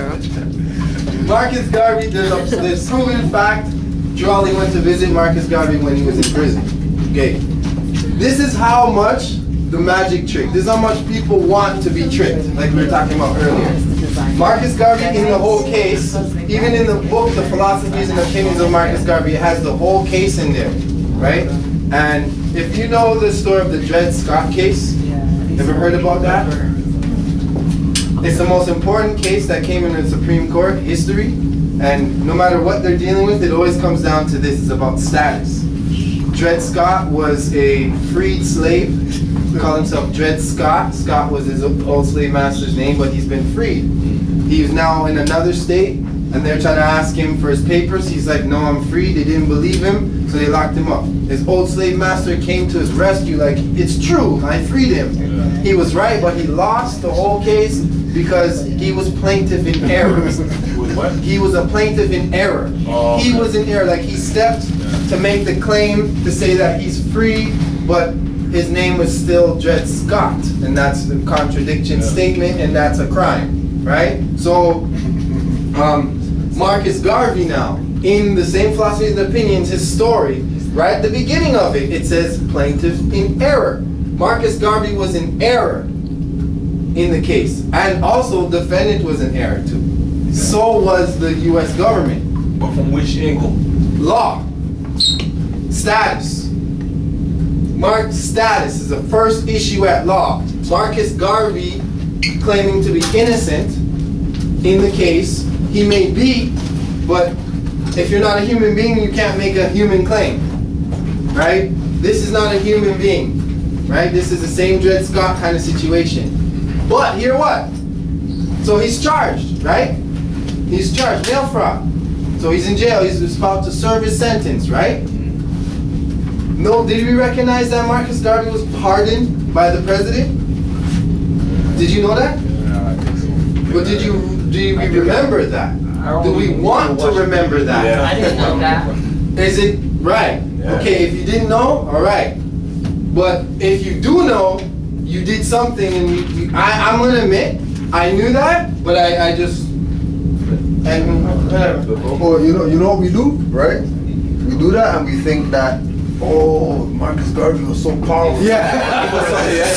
Look what the Spirit, yeah. Oh my gosh, like he must be the Messiah, the president. Just let him go out of prison. Celebrity. Thank Yeah, you. right. Good point. Right, but no, because he was visited by Drew Ali. At the time, Jamaica was a republic, like Haiti.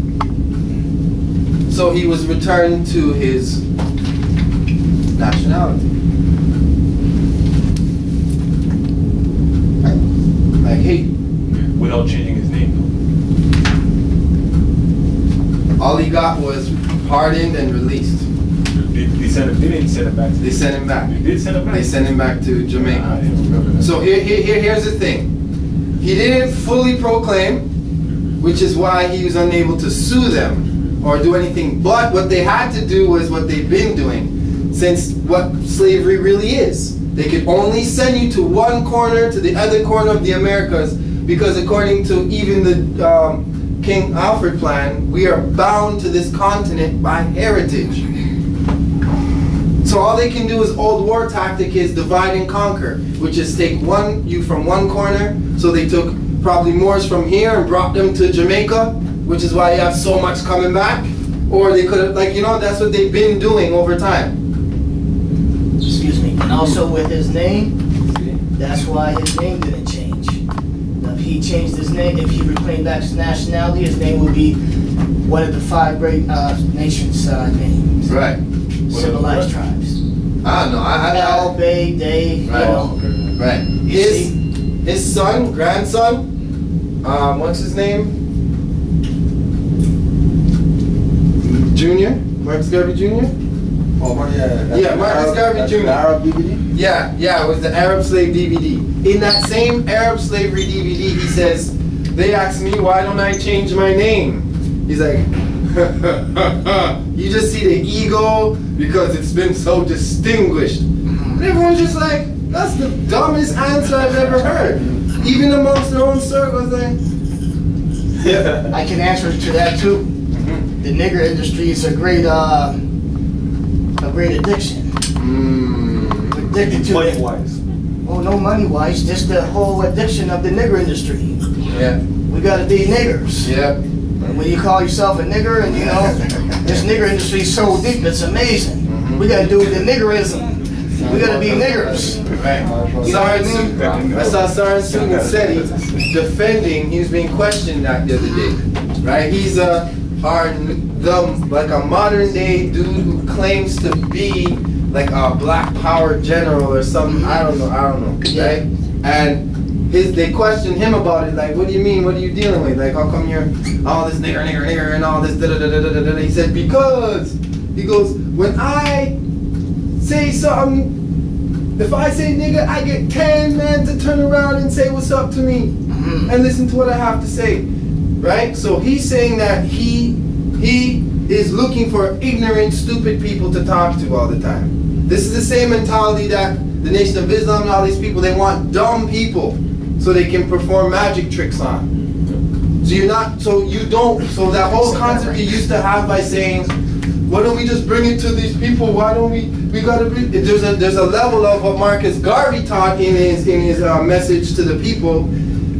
Don't go down in intelligence, like don't go down in reasoning with people that are on some level, because you can't bring them up. So basically, they can only bring you down. So basically, they're just really trying. It's just a plot to keep you there, to maintain whatever position they think they have. Right. Because if they teach, or if somebody challenges them on what they know, or if somebody knows what they know and is on the same plateau as them, then they have no advantage over them, or there's no gain, for them. Right. There's no gain for them. Like let's teach people who are only stupid so that they can stay stupid, so that we can remain smart and feel like we're better than them. It's a self-righteousness. Right. You want to bring people up to your level, not you go down to us raise everybody. No, it's like that's yeah. Because if you set if you set the standards high, like if Hussein, everybody's running almost record-breaking shit because Hussein is running that. So their energy just like they have to run faster. If he decides to run slower like them, then they'll never reach their full potential. Exactly. That's why world records keep getting broken and broken and broken. A lot of standard rises, right? He's not saying them are not as fast as me, you know. Yeah. See, and I don't want to really show them up, so I'm gonna tie with them, or I'm gonna run slower. And if they look like they're gonna beat me, then I'll just come and beat them. No, he's setting the mark, and they have to meet that mark. One second. Forget Canada. And I was just we're talking about it. That's an example. I know. But I mean that even them won the bronze. But he's giving you a metaphor of Moorish knowledge, bringing you into enlightenment to get you out of the nigger industry that we're attached to. Because even you got the Albions thinking they're niggers, which they are the true tribe of like niggers. But the thing is, we believe this nigger is branded on us. Black, Negro colors, the Ethiopians, right? So we start, they're listening to our music, and they're doing more nigger shit than we're doing. Because they think that's cool, like, you know what I mean? And we're running around here thinking that, you know, they're selling us our nigger shit back, and you know, what's the latest in the nigger shit? I think I'll pull my pants down. That's what niggers do. Right. And then on top, you know what I'm saying? No, don't take that personal. Gucci. I think they're like a lot of them are scared, most of them, because Gucci man person. If I teach you what I know now, and then now you could go teach what I know, what I taught you, and I don't have to teach you no more. Yeah. It's like they're now. What's my purpose now? If I'm always having someone who's deaf, like if I tell everybody how to be smart, then I have no purpose. That's how they feel, because what they've acquired in knowledge is limited. That's their power. So after they teach what they know, there's nothing more for them, because they're not even studying secular knowledge. They're not trying to study everything. Everything doesn't apply to them. It's just what their specific leader taught them and brought to their movement. So after they teach that now, they're done. They have nothing else to offer, so they're not going to give up all that. It's like the European. The European ain't going to relinquish whatever power we gave them, because then there's nothing for them. Yeah. Point. I just wanted to read impropria persona before you go there. Impropria persona, in one's own proper person. It is a rule in pleading that pleas to the jurisdiction of the court must be pled impropria persona, because if pleaded by an attorney, they admit the jurisdiction, as an attorney is an officer of the court, and he is presumed to plead after having obtained leave, which admits the jurisdiction. So the first issue at law is status. If you don't have any status, then that means you're gonna go hire a lawyer. So Negro, black, colored people need him, right? Once they go hire the lawyer, now the court has jurisdiction over them because the lawyer works for the court. And they just gave their status to the lawyer to use on their behalf because they don't know how to use their status properly. But then they're paying,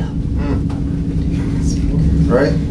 So they're losing their birthright by giving it up in the first place, and then they're paying, right? Which is where we're leading to what Tesla's dropping right now. There's one more second. Islam, yo, big thanks for stopping in, I'll bro. be back. Islam. Islam, you ain't never left. You never left. You ain't going nowhere. But for the new brothers, I don't know who's nigger. We all look the same. We gotta get out of this nigger. This nigger industry is very addictive. Islam. The addiction. Okay, Islam. Spending just hop on that highway just for 5 minutes. Islam. So Islam.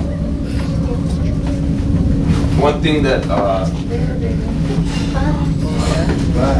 just comes to mind is status.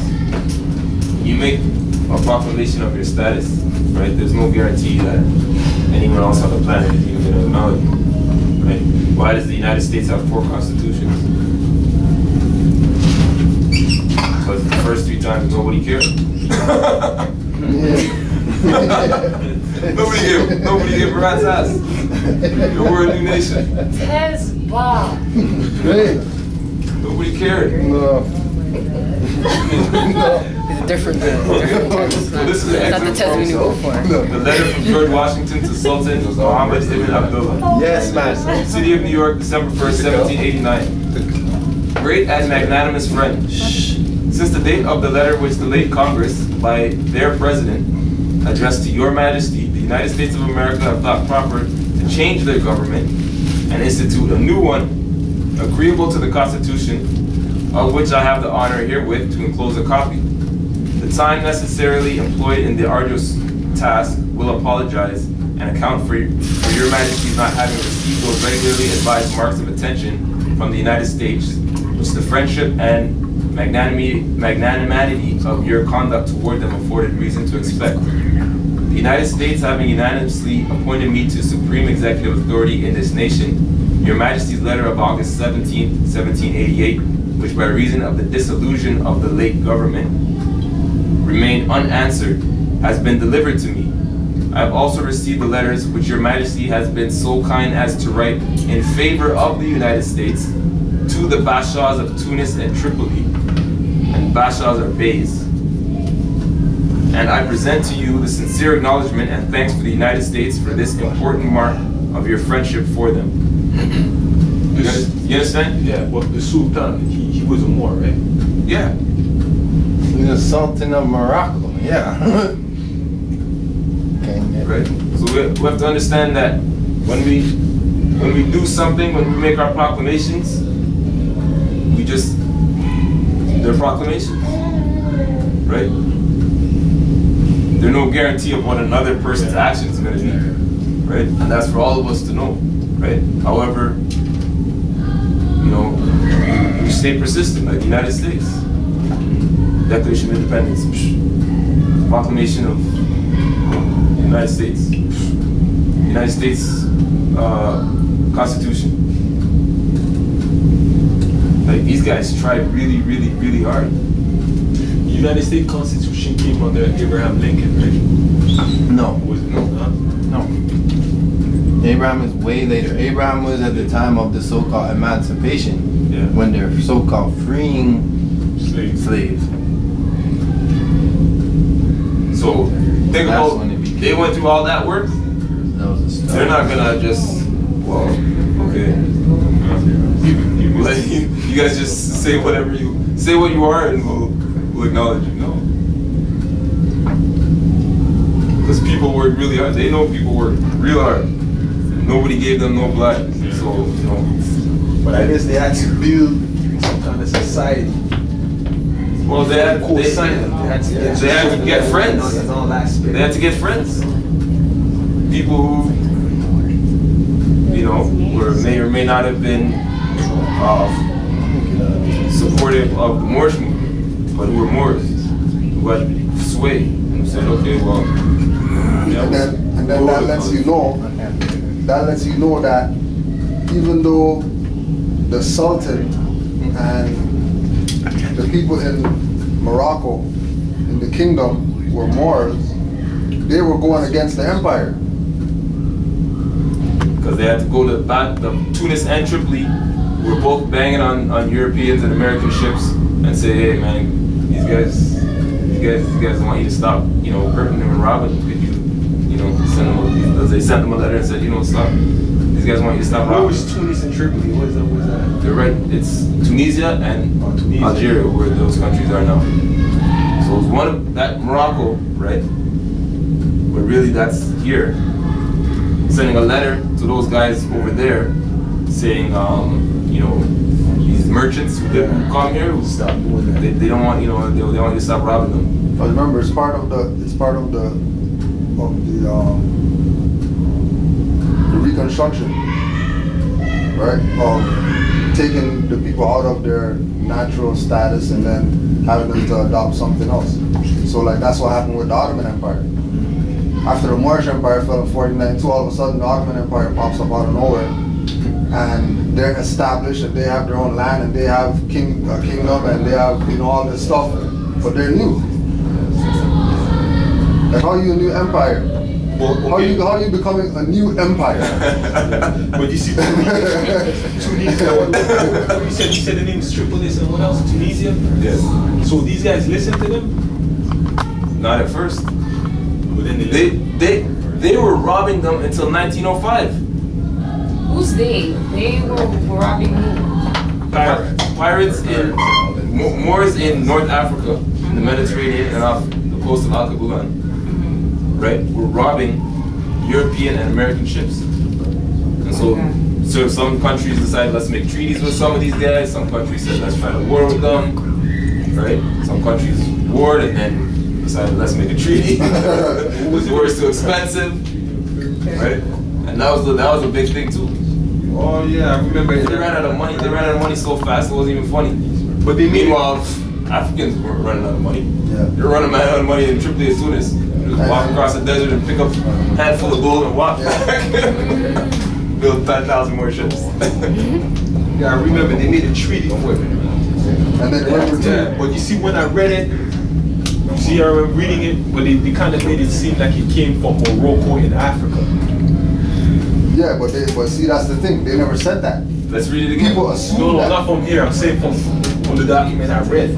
Okay. Yeah, well, trying to switch it up and make it seem like it came from the one. Yeah, but do you ever hear them say when they're talking about the relationship between Morocco and the United States? Do you ever hear them say Morocco in Africa?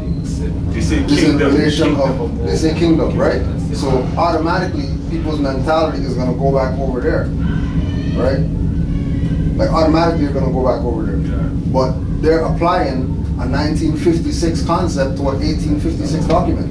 That's true. Right? Because Morocco, the empire's over there, but the kingdom's here. Yeah, the Morocco Empire is not supposed to be spoken about.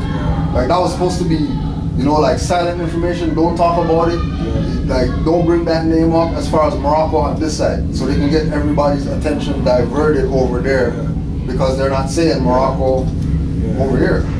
But these guys had a lot of power then over here. They could send letters down all the way across the Atlantic. They listen to them. No, but it comes back to the same thing with the common sense. That's how you know it's a conspiracy. It's like this. It's like Nani. You know what I mean? It's like they claim that Nani signed this treaty, but the other Maroons in the different regions had nothing to do with the treaty.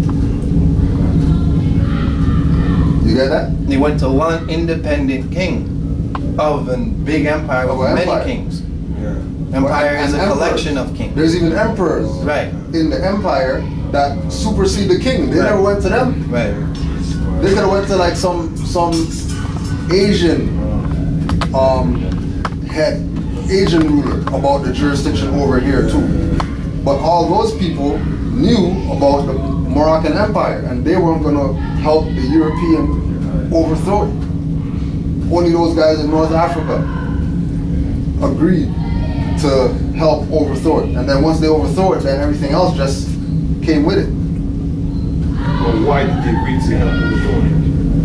Yeah, because it's conspiracy. They're no different than what. That's like asking a question. Well, why did Moors kill Noble Drew Ali? Yeah. Or why did Elijah Muhammad's son break away from Farrakhan? Yeah, why did Khalid Muhammad break away from the NOI? Same thing. Yeah. You know, conspiracy. There's something going on. Something's we don't going know on. what, for real, but something happened. Some kind of argument, some kind of whoever was right, whoever was wrong, but that's our internal fighting. Drawley tells us that it was that king right there who is we know through we know his name, Sidi Muhammad, right? And he was very open to the West, and this was the window how they came in to finally overthrow, and how they have power right now was through what Chairman is teaching. So this is the window to how they assumed a false sense of authority through this process. And because we are the one, we know what we went through, so we can clean it up. So those people talking about, oh well, they sold us out into slavery. That's why they are never gonna get anywhere, because it was we did it. Similarly, how the United States didn't say, well, let me go ask that guy, that super wealthy king in India, super wealthy Moor in India, in East India, to help us. They knew he was gonna say no, right? They found some like person, some like mind, who would write letters for them and vouch for them and stuff like that. But there were some slaves that came from Africa. Yeah, there must have been this much prisoners of war, but not as slaves. Yeah, not as slaves. You have to understand, slave is a process. They were prisoners of war. If anyone was always prisoners of wars who were enslaved. And definitely, if you know what some people say too? They say that you could have been the one that came from Israel. When they got kicked from Rome, they went down the east and they migrated down to West Africa. And in West Africa, they were looked upon like they don't come from here. So you can just pick those guys up and send them. And, possibly. Like, could have been. Look at the curse of the Renomi. It wouldn't make sense too, because when he talks about children in Israel, talk about going to send you guys to all different parts of the world. I have a sick audio DV, audio tape, something that Muta Baruka put out. And it's called The Real History of Slavery. I have it in my whip right now too. And it's kind of breaks down the whole how it started with. And then it tells you like the original people who were called slaves are Slavs. So like your statement is totally incorrect when you said they brought slaves over. But you have to be born that way to be a slave. Yeah. They brought enslaved people over probably. Right? But they can't slave, you have to be born that. And it comes from Slavic, and if none of us are Slavic, then none of us could ever have been slaves. That's where the word derived from. I'm gonna try to make a copy of it for her. So then if we're not slaves, right? If we're taking the perspective of Negro black color, and then we come to the realization, okay, Slav is the origin of slaves, so we can't be slaves. Okay, so what are we then? Like what's our position that got us in this position? Or what was our position that got us in this position? If we weren't slaves, like how did we get nationalized? You know what I mean? Exactly. Like that's the only other thing that it could be. I heard Taj use a wicked term today too, and I was like, for real, I never thought about calling like even the broken, like, well, okay, what's what they call broken Moors, but instead of saying dirty Moors or just unconscious Moors, or the Moors who actually know and are working Against? Against? Yeah. They're Moriscos. Yeah. They're Moriscos. They're the ones who converted and decided to chill with the conversion and really be Moorish Christians. Yeah. Who's working for the puppet, the puppet master. Yeah. So what's the solution then? Nationalize. And from there, nation build. Yes, nation. Nationalize to nation build. Like you can't nation build without nationality. That's the first step. step. Nationalize though. No. That's already who you are. But people are not doing that. But people are not doing that. It's the proclamation of it. They haven't even did the first step. They haven't even did the first step in deciding and choosing that. Proclaiming is not just saying and then okay, no more. It's doing. It's like being, living. You have to activate the aspects of being a Moorish American or being an active Moorish American. There's a criteria. There's a responsibility, and you have to awaken that dead or that dormant light in you and make it manifest and shine. And then when that happens, now like, because everybody's saying, okay, well, you know, it's not a paperwork, a nationality card that makes you a Moor. It's who you are, right? But you still have to do something. Like you can't just. I think it. Word without works is nothing. Yeah. I think it has to do with maybe economics, man. Well, that's part of that's the nucleus to nation building, though. Yes. Well, we don't know how to put ourselves in a position to be self-sufficient that way. We're like using our monies, our energies, amongst ourselves, and keep reproducing that. That's what proclaiming your nationality does, is that you have a unified thing, so everything you do. So now when you establish an economic plan that those Negro, Blacks, and Colors had at that meeting, it now has a actual pot to put into, instead of just throwing these loose things in the air. So let me ask you something.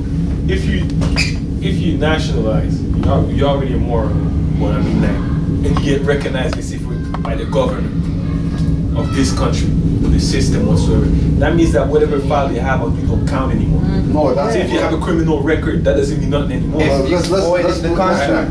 Let's put it like this too. If you're a Moor and you want the Governor General to recognize you as a Moor, right? Then you're saying that you're not a Moor, because you want a corporate entity to recognize you. Not to recognize me, but to no longer put you as part of that system, as part of the jurisdiction system. That's what your proclamation is doing. It's you voiding the contract that was previously imposed on you, and now you are proclaiming that you are not that, but you are this human being of your nation. You have your flag, you have your you know what I mean, you have your language, you have all those kind of things, and what we didn't have before, that was stripped from us. I think the issue with like on the flip side of that coin, like what Grand Sheik is saying, like if you're a Moor, why you have to go there? But then we, like on the flip side, we're under occupation. So the only reason I feel that we even, not acknowledgement, or that we have to put things on a public record to somewhat make it official or authentic or anything, like notarize, whatever we have to do, or even get other more signatures on our documents and then present it to these people, like our word is not bond enough, right? Is because there's only like a handful of people doing that. Right. So obviously it's like, what the hell do you guys think you're doing? When the million other people are complying with what we're doing. So that's the problem. Once everybody wakes up and realizes that you are self-governing, you're that body that makes the full thing function. You're that individual that makes the body function.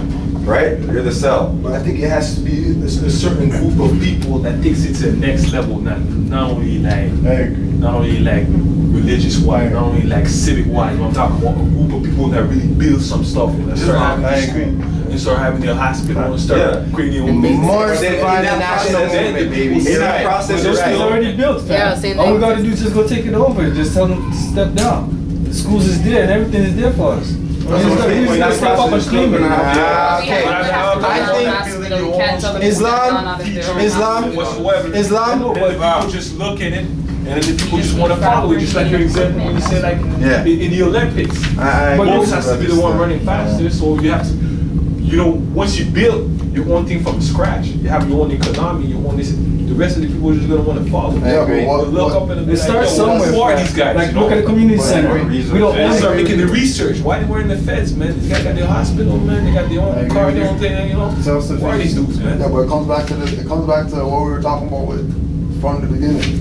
That if these guys didn't stray from what Drew Ali brought, we would have had that. We would have been where you're talking about we're supposed to be at. Right? Like, we would be there. We would have our own hospital. It's like the attempt was already there, like to do. We would have our own, because during like, even during that time, like there was like millions of dollars, like an actual like real lawful money, not paper, fiat, credit cards, debit cards, whatever, like gold and silver in the Moorish movement, like millions of dollars, and there's nothing right now. Like there's zero right now, and there was millions of dollars in there, and nobody put their hand up and say, "Oh, that guy took it," or nobody said that we took it, or there's no paper trail of who took the money or nothing. The money just gone, disappeared. Why do you think like the whatever you want to call them, Indians, Hittites, the Hindus, Indians, Pakistanis, whatever you want to call them? Why do you think like in Brampton, all those places or certain parts of the city, they could go build a hospital and it's their hospital, like, because they're not calling themselves brown people. Other people could call them that, but they know who they are. So, and they're coming collectively and doing this together. So you know what? We need a hospital for real people, so we can put Indian doctors in here who know how to deal with Indian people, right? And then they separate their corporate status from their national name. And they know the difference. That's the problem. We don't know the difference. We don't even know there is a difference. Right, so when you're talking about economy, right? Currency is really people's energy, not paper, debit card, credit card, loans, mortgages, whatever. Like right? your matrix. Yeah, like currency is actually people's energy. So if the people's energy comes together, right? That's nationality. And then now we have money because now we have current now. Because we have you, him, her, and all these people all on one accord, because all of us are reading the 101 questionnaire, all of us reading the Holy Quran, all of us know, okay, yeah, Fez, all of us know, yeah, red flag, green star, all of us know, Noble Drawley is the prophet, and nobody's not straying and, well, I don't want to say Noble Drawley is the prophet because I really believe Elijah Muhammad is the prophet because he came and whatever, like, there's none of that. So all that, everybody being together, being unified mentally, and then physically on top of that, creates the economy. And then once we have the economy, right? Once we have the economy, right? But what we're trying to do is we're trying to set up so that we have a bank to put the currency in before we actually get the currency, right? This is what Tesla's talking about, right? We're dealing with the claim of right and us coming together, putting our signature on this document, which was going to create energy. Because us putting our name on this document, and if our name is a free national name, and we're not putting John Smith and Franklin and whatever on it, we're putting like L. Bay or whatever on it. That paper now becomes, there's current now in that paper. Yo, this is nothing new. Like the people before here, back in the days, we were on the heights, and it was written in historic books where we talk about the Tower of Babel. Like that's the government telling the people, you guys are reaching the heights as a whole, united. You know what I mean? Become the body of that heights, which is called Christ. And then the whole Tower of Babel was like a metaphor for the system coming in and saying, yo, we're gonna stop this because these people are too hype. You can't control people who are on the heights because they don't need your stuff. All right. You know what I mean? Yeah, that's what we were talking about earlier. For me. What do I need your stuff for? Yeah. So when it comes to that energy, you want to create. You can have as much energy as you want in your own world, but like you said, there's people out there you want to reach. Best way to reach them really is not by getting on their level.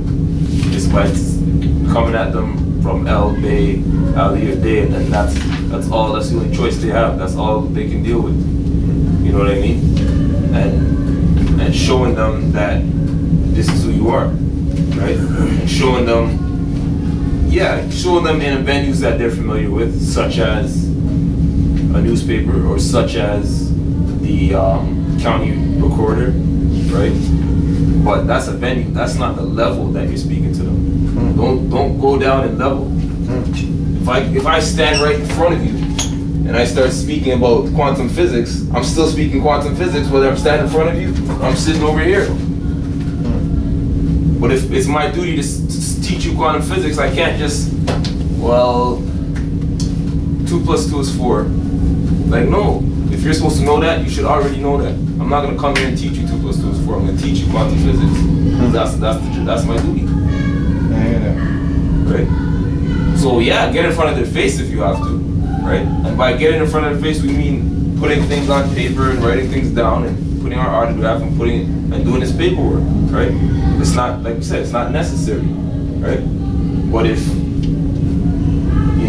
we do it, and then there's a record that we did it, then when the unconscious person asks you, you know what I mean? Like, well, so, is there a record of this? Yeah, there's a record here. If that's what you want to deflect to, right? But I'm standing here right in front of your face. Right? And I'm going to keep teaching birthrights and nationality, etc., etc. You want to go look at the record, then go look at the record. Yeah, I hear what you're saying. But at the same time, maybe like, it needs to be some kind of a 12-step program. Oh, no. As far as like nation building, that Drew Ali already here. Because somebody could be there and he just doesn't know. But it doesn't mean that he doesn't want to know. He just the 12-step program is the literature. Yeah, well, no, I'm talking so that the person can do the 2 + 2 by himself. Before he gets the Moorish laws, man, like you gotta understand, man. I know people that's like almost 40 years old, and when I came up to them and tried to tell them something as simple as the Egyptian, like the pyramids were built by black people, Moorish people, whatsoever. Like they wouldn't even understand it, wouldn't even believe me. Like I said, that could be a big argument between me and them. So you can't like jump to somebody like that and jump. So then go back to it could just be a reasoning. Here's the thing. All it is you bring it, and if they don't want to use the common sense, you have to leave them to their professor going to kindergarten, professor talk to kindergarten people. You should know your audience. Exactly. But no, here's the thing. As one body, if you move as one body, you can't. Yeah, but here's the thing. No, family. Listen, if you don't know how to drive, I'm not gonna trust you to drive, fam. Come on. Okay, here's what it is. When you're putting too much of yourself in it, and it's becoming ego. If you're trying to save everybody, that's an ego problem. No. Listen. The I know. The creator, as you were saying earlier, this is all in divine plan. So what I'm saying is, if you have information, you turn to someone and you explain the information to them, and if they can't receive it, you have to leave them alone. That's not true, man. Because let me tell you something. No. Can you force a horse to drink? I know, but watch this. Answer that, please. No, you can't. Okay, then how do you get around that? But the thing is that you don't know. Sometimes maybe the person wants to get more, but it's just a shock because it's the same thing. So you plant the seed, as the brother's saying, but you can't force them. You have to be careful with this. I'm gonna show you. Because you're gonna hurt yourself. You want to see how divine it is? This is what happens. You say something to somebody, and he's like, yo, I ain't trying to hear that, right? Later on that day, he's watching something, or he or she's watching something, and they heard, all it takes is one word from somewhere out of nowhere. Boom! And they're calling you, say, yo, man. Yeah, that's true, that's true. See, They'll be like, oh, now I get it. You know what though? But you gotta plant the seed. That's on the lower level. Then that's the thing. Jump directly. No. You don't plant the lower level seed. You do what he said. You plant the seed. The high grade seed. You plant the high grade, because we don't deal with anything less.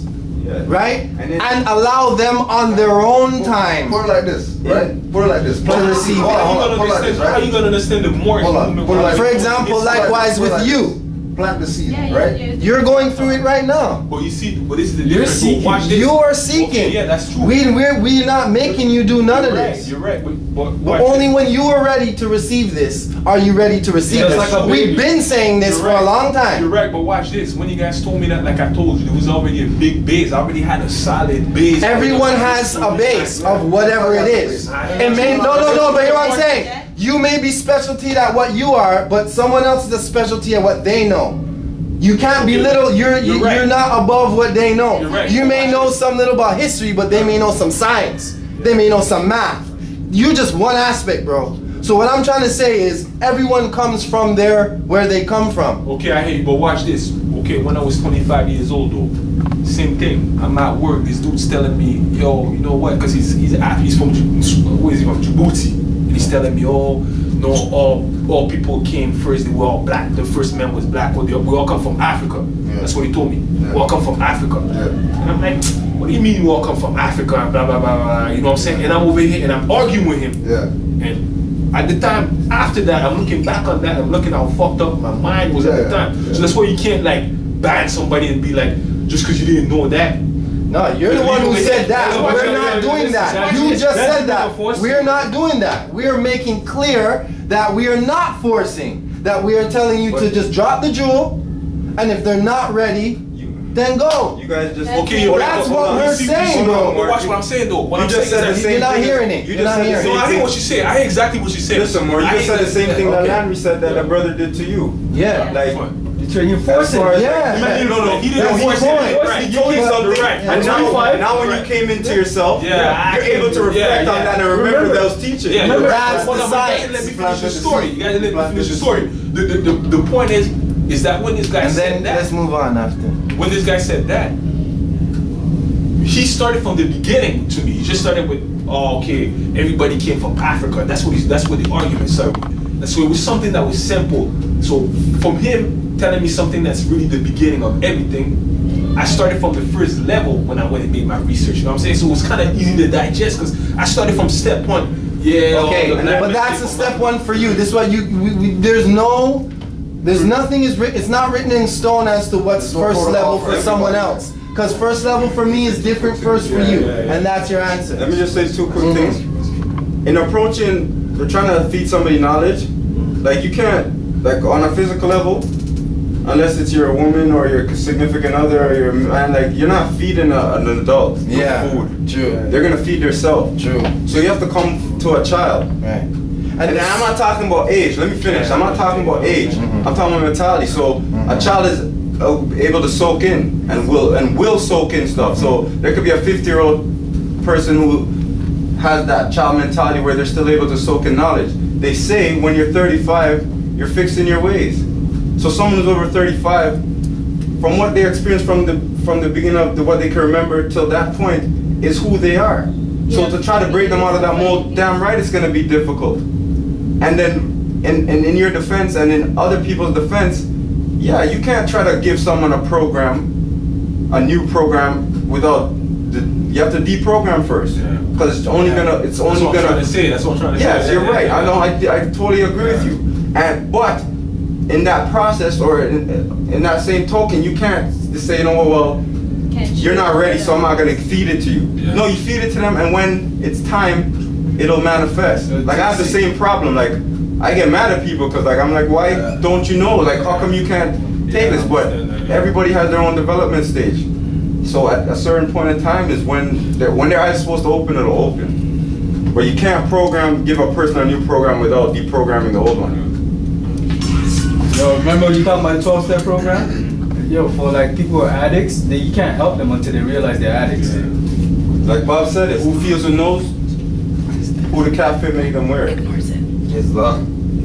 So who it applies to, it'll apply, and if it doesn't apply, it'll fly. And when it's supposed to apply, it'll register. And just because a man is your complexion doesn't mean that person has to have that information. They're probably working against you in many ways. Probably the one that's assassinating you.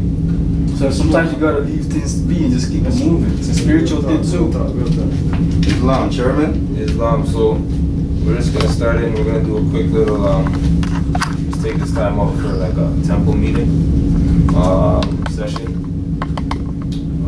Basically, I just want to go over the claim of right briefly, what's going on with it. We're gonna probably do one more draft. So if we do, we'll do the one more draft. We're gonna include the Divine Constitution and extended bylaws. Or the extended bylaws, and then we wanted to add the letter that Taj sent. The letter that he sent to. The letter that he sent to all the different government heads about the Moorish nation and all that stuff. Right. So we'll include that, and then all of that together, as long as basically, for the record, if everyone who's already autographed, that's what's going to be on the revised claim. If anyone has any issue with that, just let us know. But basically, it's basic Moorish literature, and it's a letter that Taj sent out. So Taj is on point. Yeah, just about the claim of right for those if you're new or whatever. It's paperwork, and so it's a courtesy. It's also a way to send out like a soldier, you know what I mean, into a place where you can't be at two places at once. You understand? But that's the power of being in your proper person. You send out a letter and you're strong, and that doesn't mean a damn thing. You know what I mean? Wipe their ass with your letter, right?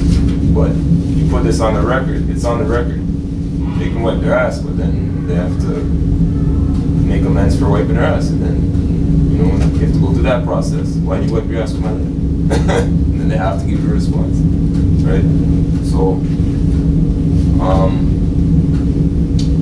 yeah, the claim of right now, we have the national mission statement, breaking down, the history, our story. We have our assumptions about, or our facts stated about different laws, the Constitution, UN Declaration, Rights of Indigenous People, etc.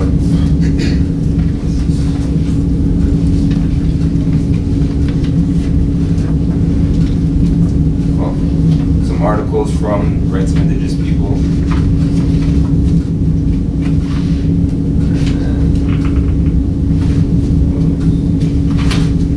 More statements, facts. Our Edict of Autonomy, which is our basic positions within our civilization, right, our society. Our flag, our president, our forerunner, our constitution. Then there's the divine constitution is in there, bylaws. So we're going to add the extended bylaws. We're going to add the letter. And then the statement to, therefore that all take heed and let it be known to any and all who's concerned, specifically orated or otherwise, that we, the Moorish Americans, free Moors on the land in this common law jurisdiction with private capacity, do hereby make oath and avow that we will engage in a lawful manner in the following activities. We will operate as a Moorish Holy Temple of Science of North America and Moorish Science Temple of America supported temple in Toronto, Ontario Territory, to nationalize Negro, Black, and colored people without collecting or remitting taxes. We will, etc. Okay. So then there's that statement. Then there's case law, and then definitions.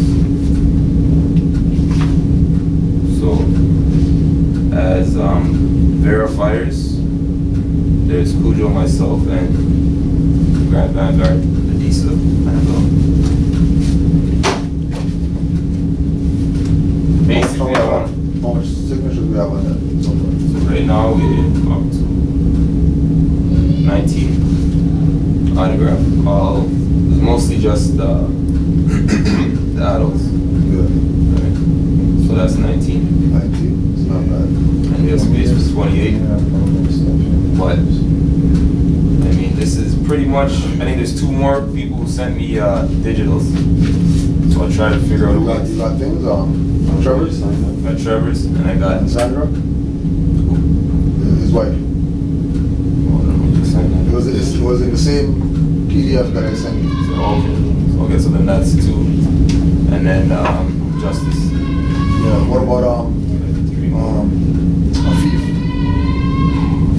Afif and Ivy.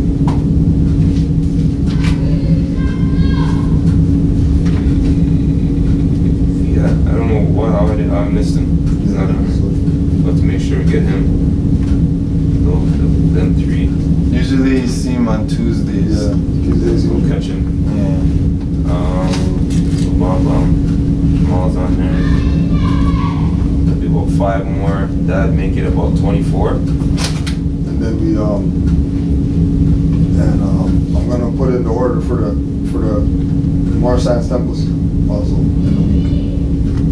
For the temple seal. Oh, the seal? Okay. Yeah. We only have the one, the Divine Movement seal. Okay, yeah. We'll put in for the. Alright, so we'll get that seal.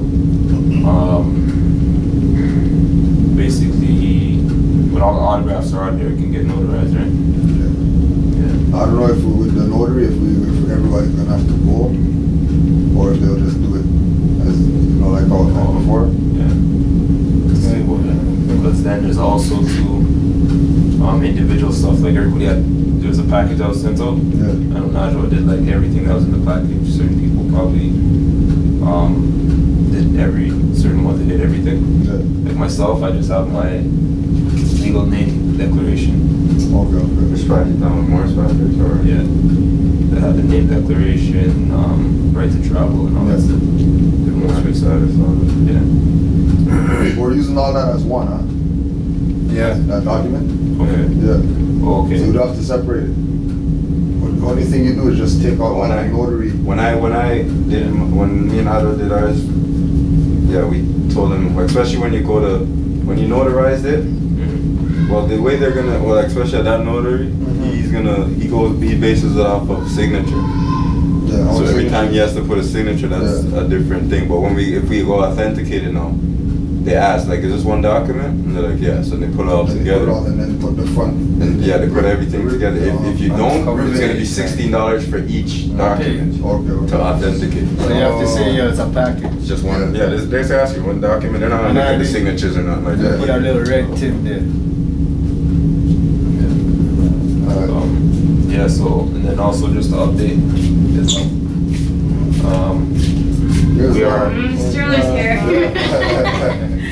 more Science Temple. Strollers here and they're strolling. Good. 7 days, 12 hours a day. I'm beat. Tired. You're killing me. I come home and I can't find my tribe. Tribe is here. Tribe safe, though. Tribe safe. We reached that PO Box 55289 for the record. Toronto territory. What's that? That's our PO Box number.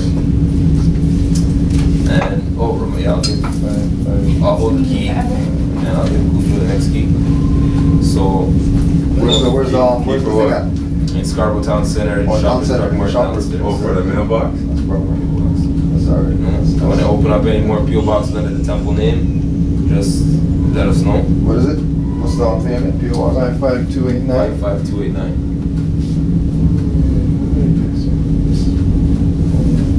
And there's different. A lot of members who have their own business, and there's definitely a way, like the prophet said, to do all business in the temple name, etc. So just, you know, patients. We're sending in. We're working with the Service Ontario people and all of them as far as temple registration. So that's that process is not official. Do we have like a number or something? Yeah, we have a number. Yes. There was some a little bit of a delay because we didn't realize there's a way you have to do it for nonprofit, and they realized that we're nonprofit, so they made sure they sent it back so that we could get a right. We don't want to just be a regular business. So what are we? What was it that we were gonna go? What was it? Religious nonprofit religious corporation. That's what the title is. Religious corporation. Is it non-profit or just religious corporation? Yeah, non-profit. It's non-profit. Non-profit, religious corporation. Great.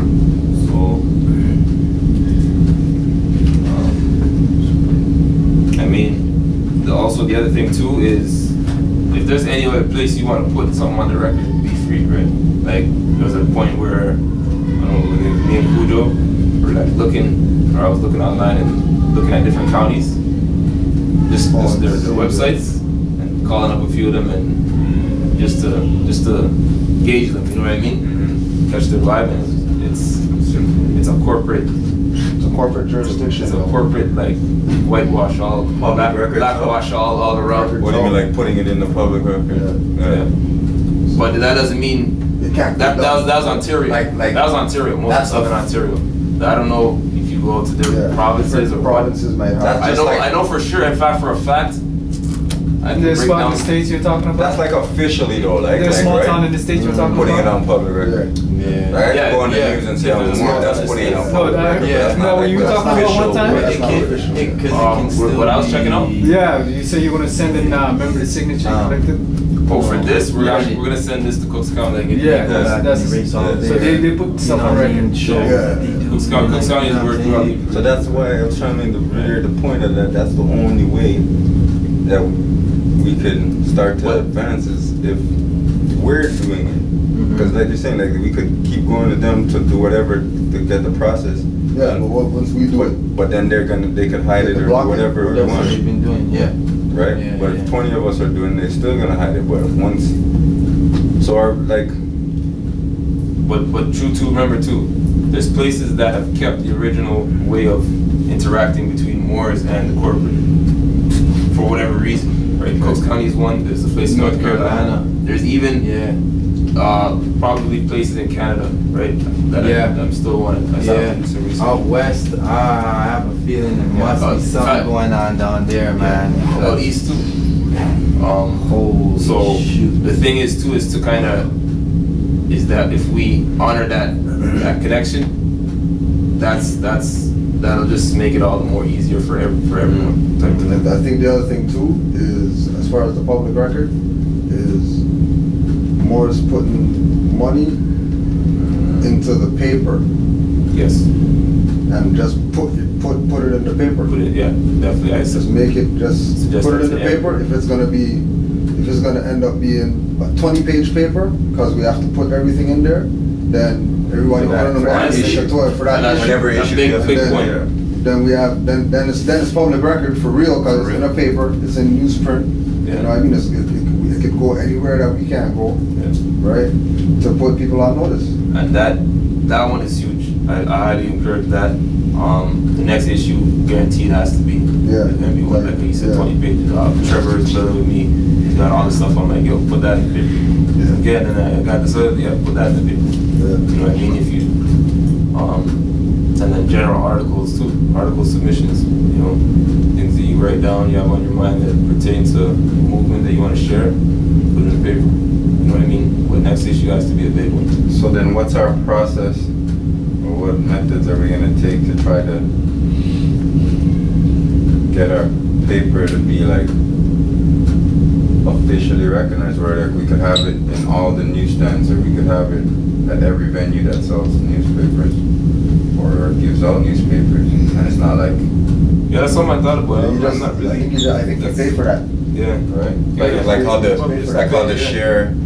and Pride or Uprising, and those magazines are recognized now, like more widespread and people know them. Like I've seen like some Arabic boxes with Arabic news, Chinese, Pakistan and Filipino, Pakistan. It might be better to do black stuff gets funded, yo. The box way as opposed to have them. The box would be better. No, but I think we own our own box. Yeah, we decide where to put it in. But every nation has their own box. It's just gonna cost too much. If we want to what?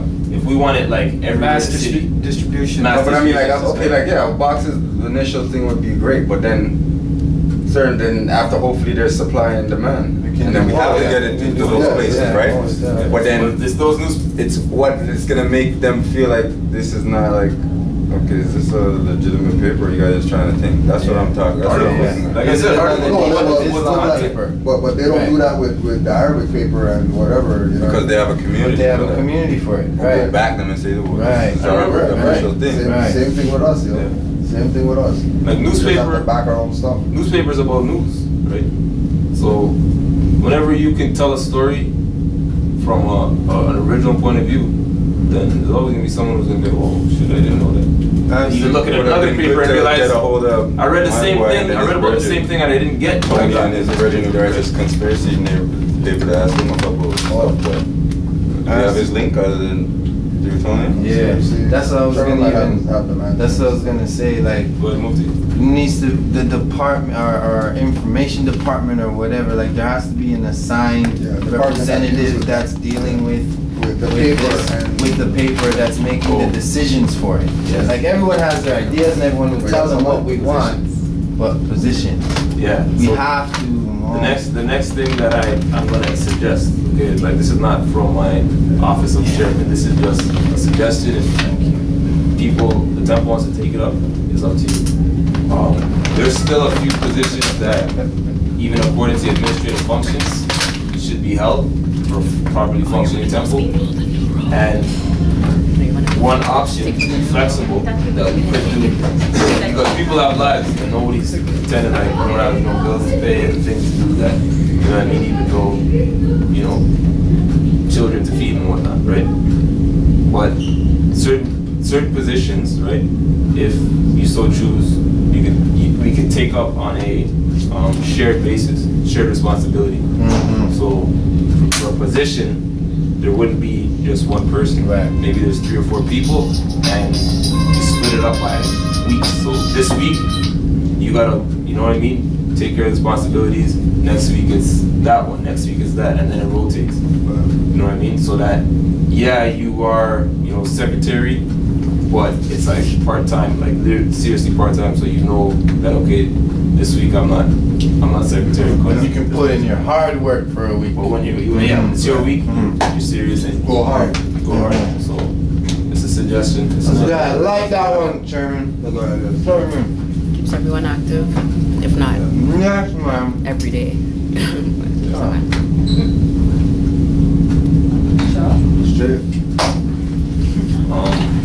If there's any other administrative questions or any questions? Okay, so when are we going to, what was just suggested, when are we going to start to, I guess, organize what we just suggested? Like say, what we just suggested was just written down. Yeah. Okay, for our next meeting, we're going to address these things, or we're going to start the step, because I find it doesn't make sense to waste time. Well, okay, the next meeting, that's a good point. Next meeting, we're going to have that soon, so, it could be Tuesday. Okay. People can make it, but where would we have book on Tuesday? What location? Would we have ours on Tuesday? Might have ours. I have to check. I'll find out tomorrow. Should be alright. Yeah. Okay. Let's say that He's got it. If we can have ours for Tuesday, we'll try to have a meeting with however many people as possible and discuss some of this stuff and maybe get some of this stuff rolling. And we have to have a follow-up meeting on another one.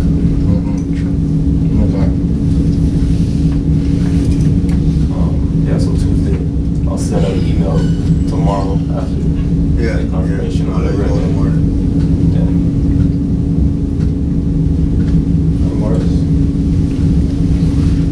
Grandpa. Yes. Islam. Thanks. Give thanks to, you know, coming through with all the questions. There you go. Need that. The interest, the hunger. We're gonna do a prayer. We're gonna close with a prayer. Oh, yeah. Mufti Friday's class? Oh, Lee, I'm sorry. I came late. Oh my God.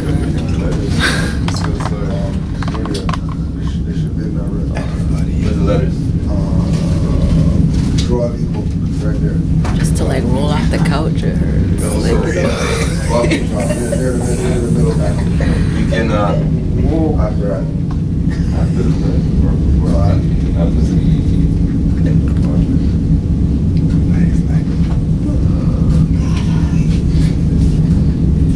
So, the first one, January 15th, 1921, a warning from the Prophet to be read in every meeting. I hereby inform all members that they must put an end to all radical and agitated species while on their jobs, home, or in the public streets. We advocate peace and not destruction. Stop trying out your cards with the Europeans, for it causes confusion. There has been much confusion caused by members trying out their cards. The cards are for your salvation. Failure of obeying my orders will be of severe consequence. We are for love, truth, peace, freedom, and when these principles are violated, justice must then take its course. Any member or group of members that seek to hold malicious feelings toward the temple or the prophet or to violate the divine covenant of the Moorish movement will receive their reward from Allah for their unjust deeds. All true Moors must obey the law laid down to them by their prophet, and if they lose confidence in their prophet, give up their card and button, cease wearing your turban or fez, and return to the state where I, the prophet, found you. For this is a holy and divine movement founded by the prophet Noble Drew Ali. And if the prophet is not right, the temple is not right. The prophet is sending out a divine plea to all true Moorish Americans that they may do their part in protecting their prophet and the temple. This is an everlasting movement founded by the prophet through the will of Allah to redeem his people from their sinful ways. Islam. And the next one to be proclaimed in every meeting, March 18, 1929. Islam. I am glad to know that I have a few faithful Moors among you all, and I desire for them to know the truth and the divine truth. There is a host of jealousy about me and the movement now by the same people of our side of the nation that claim it was only a joke and unreal. But now, since they have found out from the government officials and the nations of the earth that this is the only sole foundation that all Asiatics must depend upon for their earthly salvation as American citizens, they are working every scheme that they can to disqualify me so that they themselves may take charge of the situation. I have notified all these things to you long ago in the past. It is through the faithful Moors that attribute to the movement and uplifting funds. The ones that paid their divine respect to me and the movement will be remembered. That is why I'm calling upon all faithful Moors to increase their faithfulness to me, your prophet, and your divine Moorish movement. I need finance and I need it badly. Never before have I needed finance so badly as I do at present, so I can shove aside the discord that is facing the nation. It all comes through jealousy because of my fame and nobility. The nations of the world will not recognize the movement without I, the prophet, being head. It has been proven by my works which I have performed in the last few years. Islam? Islam. So we rise and give honors to the forerunner Marcus Mosiah Garvey. We rise and give honors to the prophet. We rise and give honors to all active and faithful Moors. So 5 on the left and 2 on the right. Allah, Allah, Father of the universe, Father of the universe, Mother and Father of love, Mother and Father of love, truth, peace, freedom, and justice. Allah is our protector, our guide, and our salvation, by night, and by day, through his holy prophet, Drew Ali. Amen. Ashe, Hotep, Islam.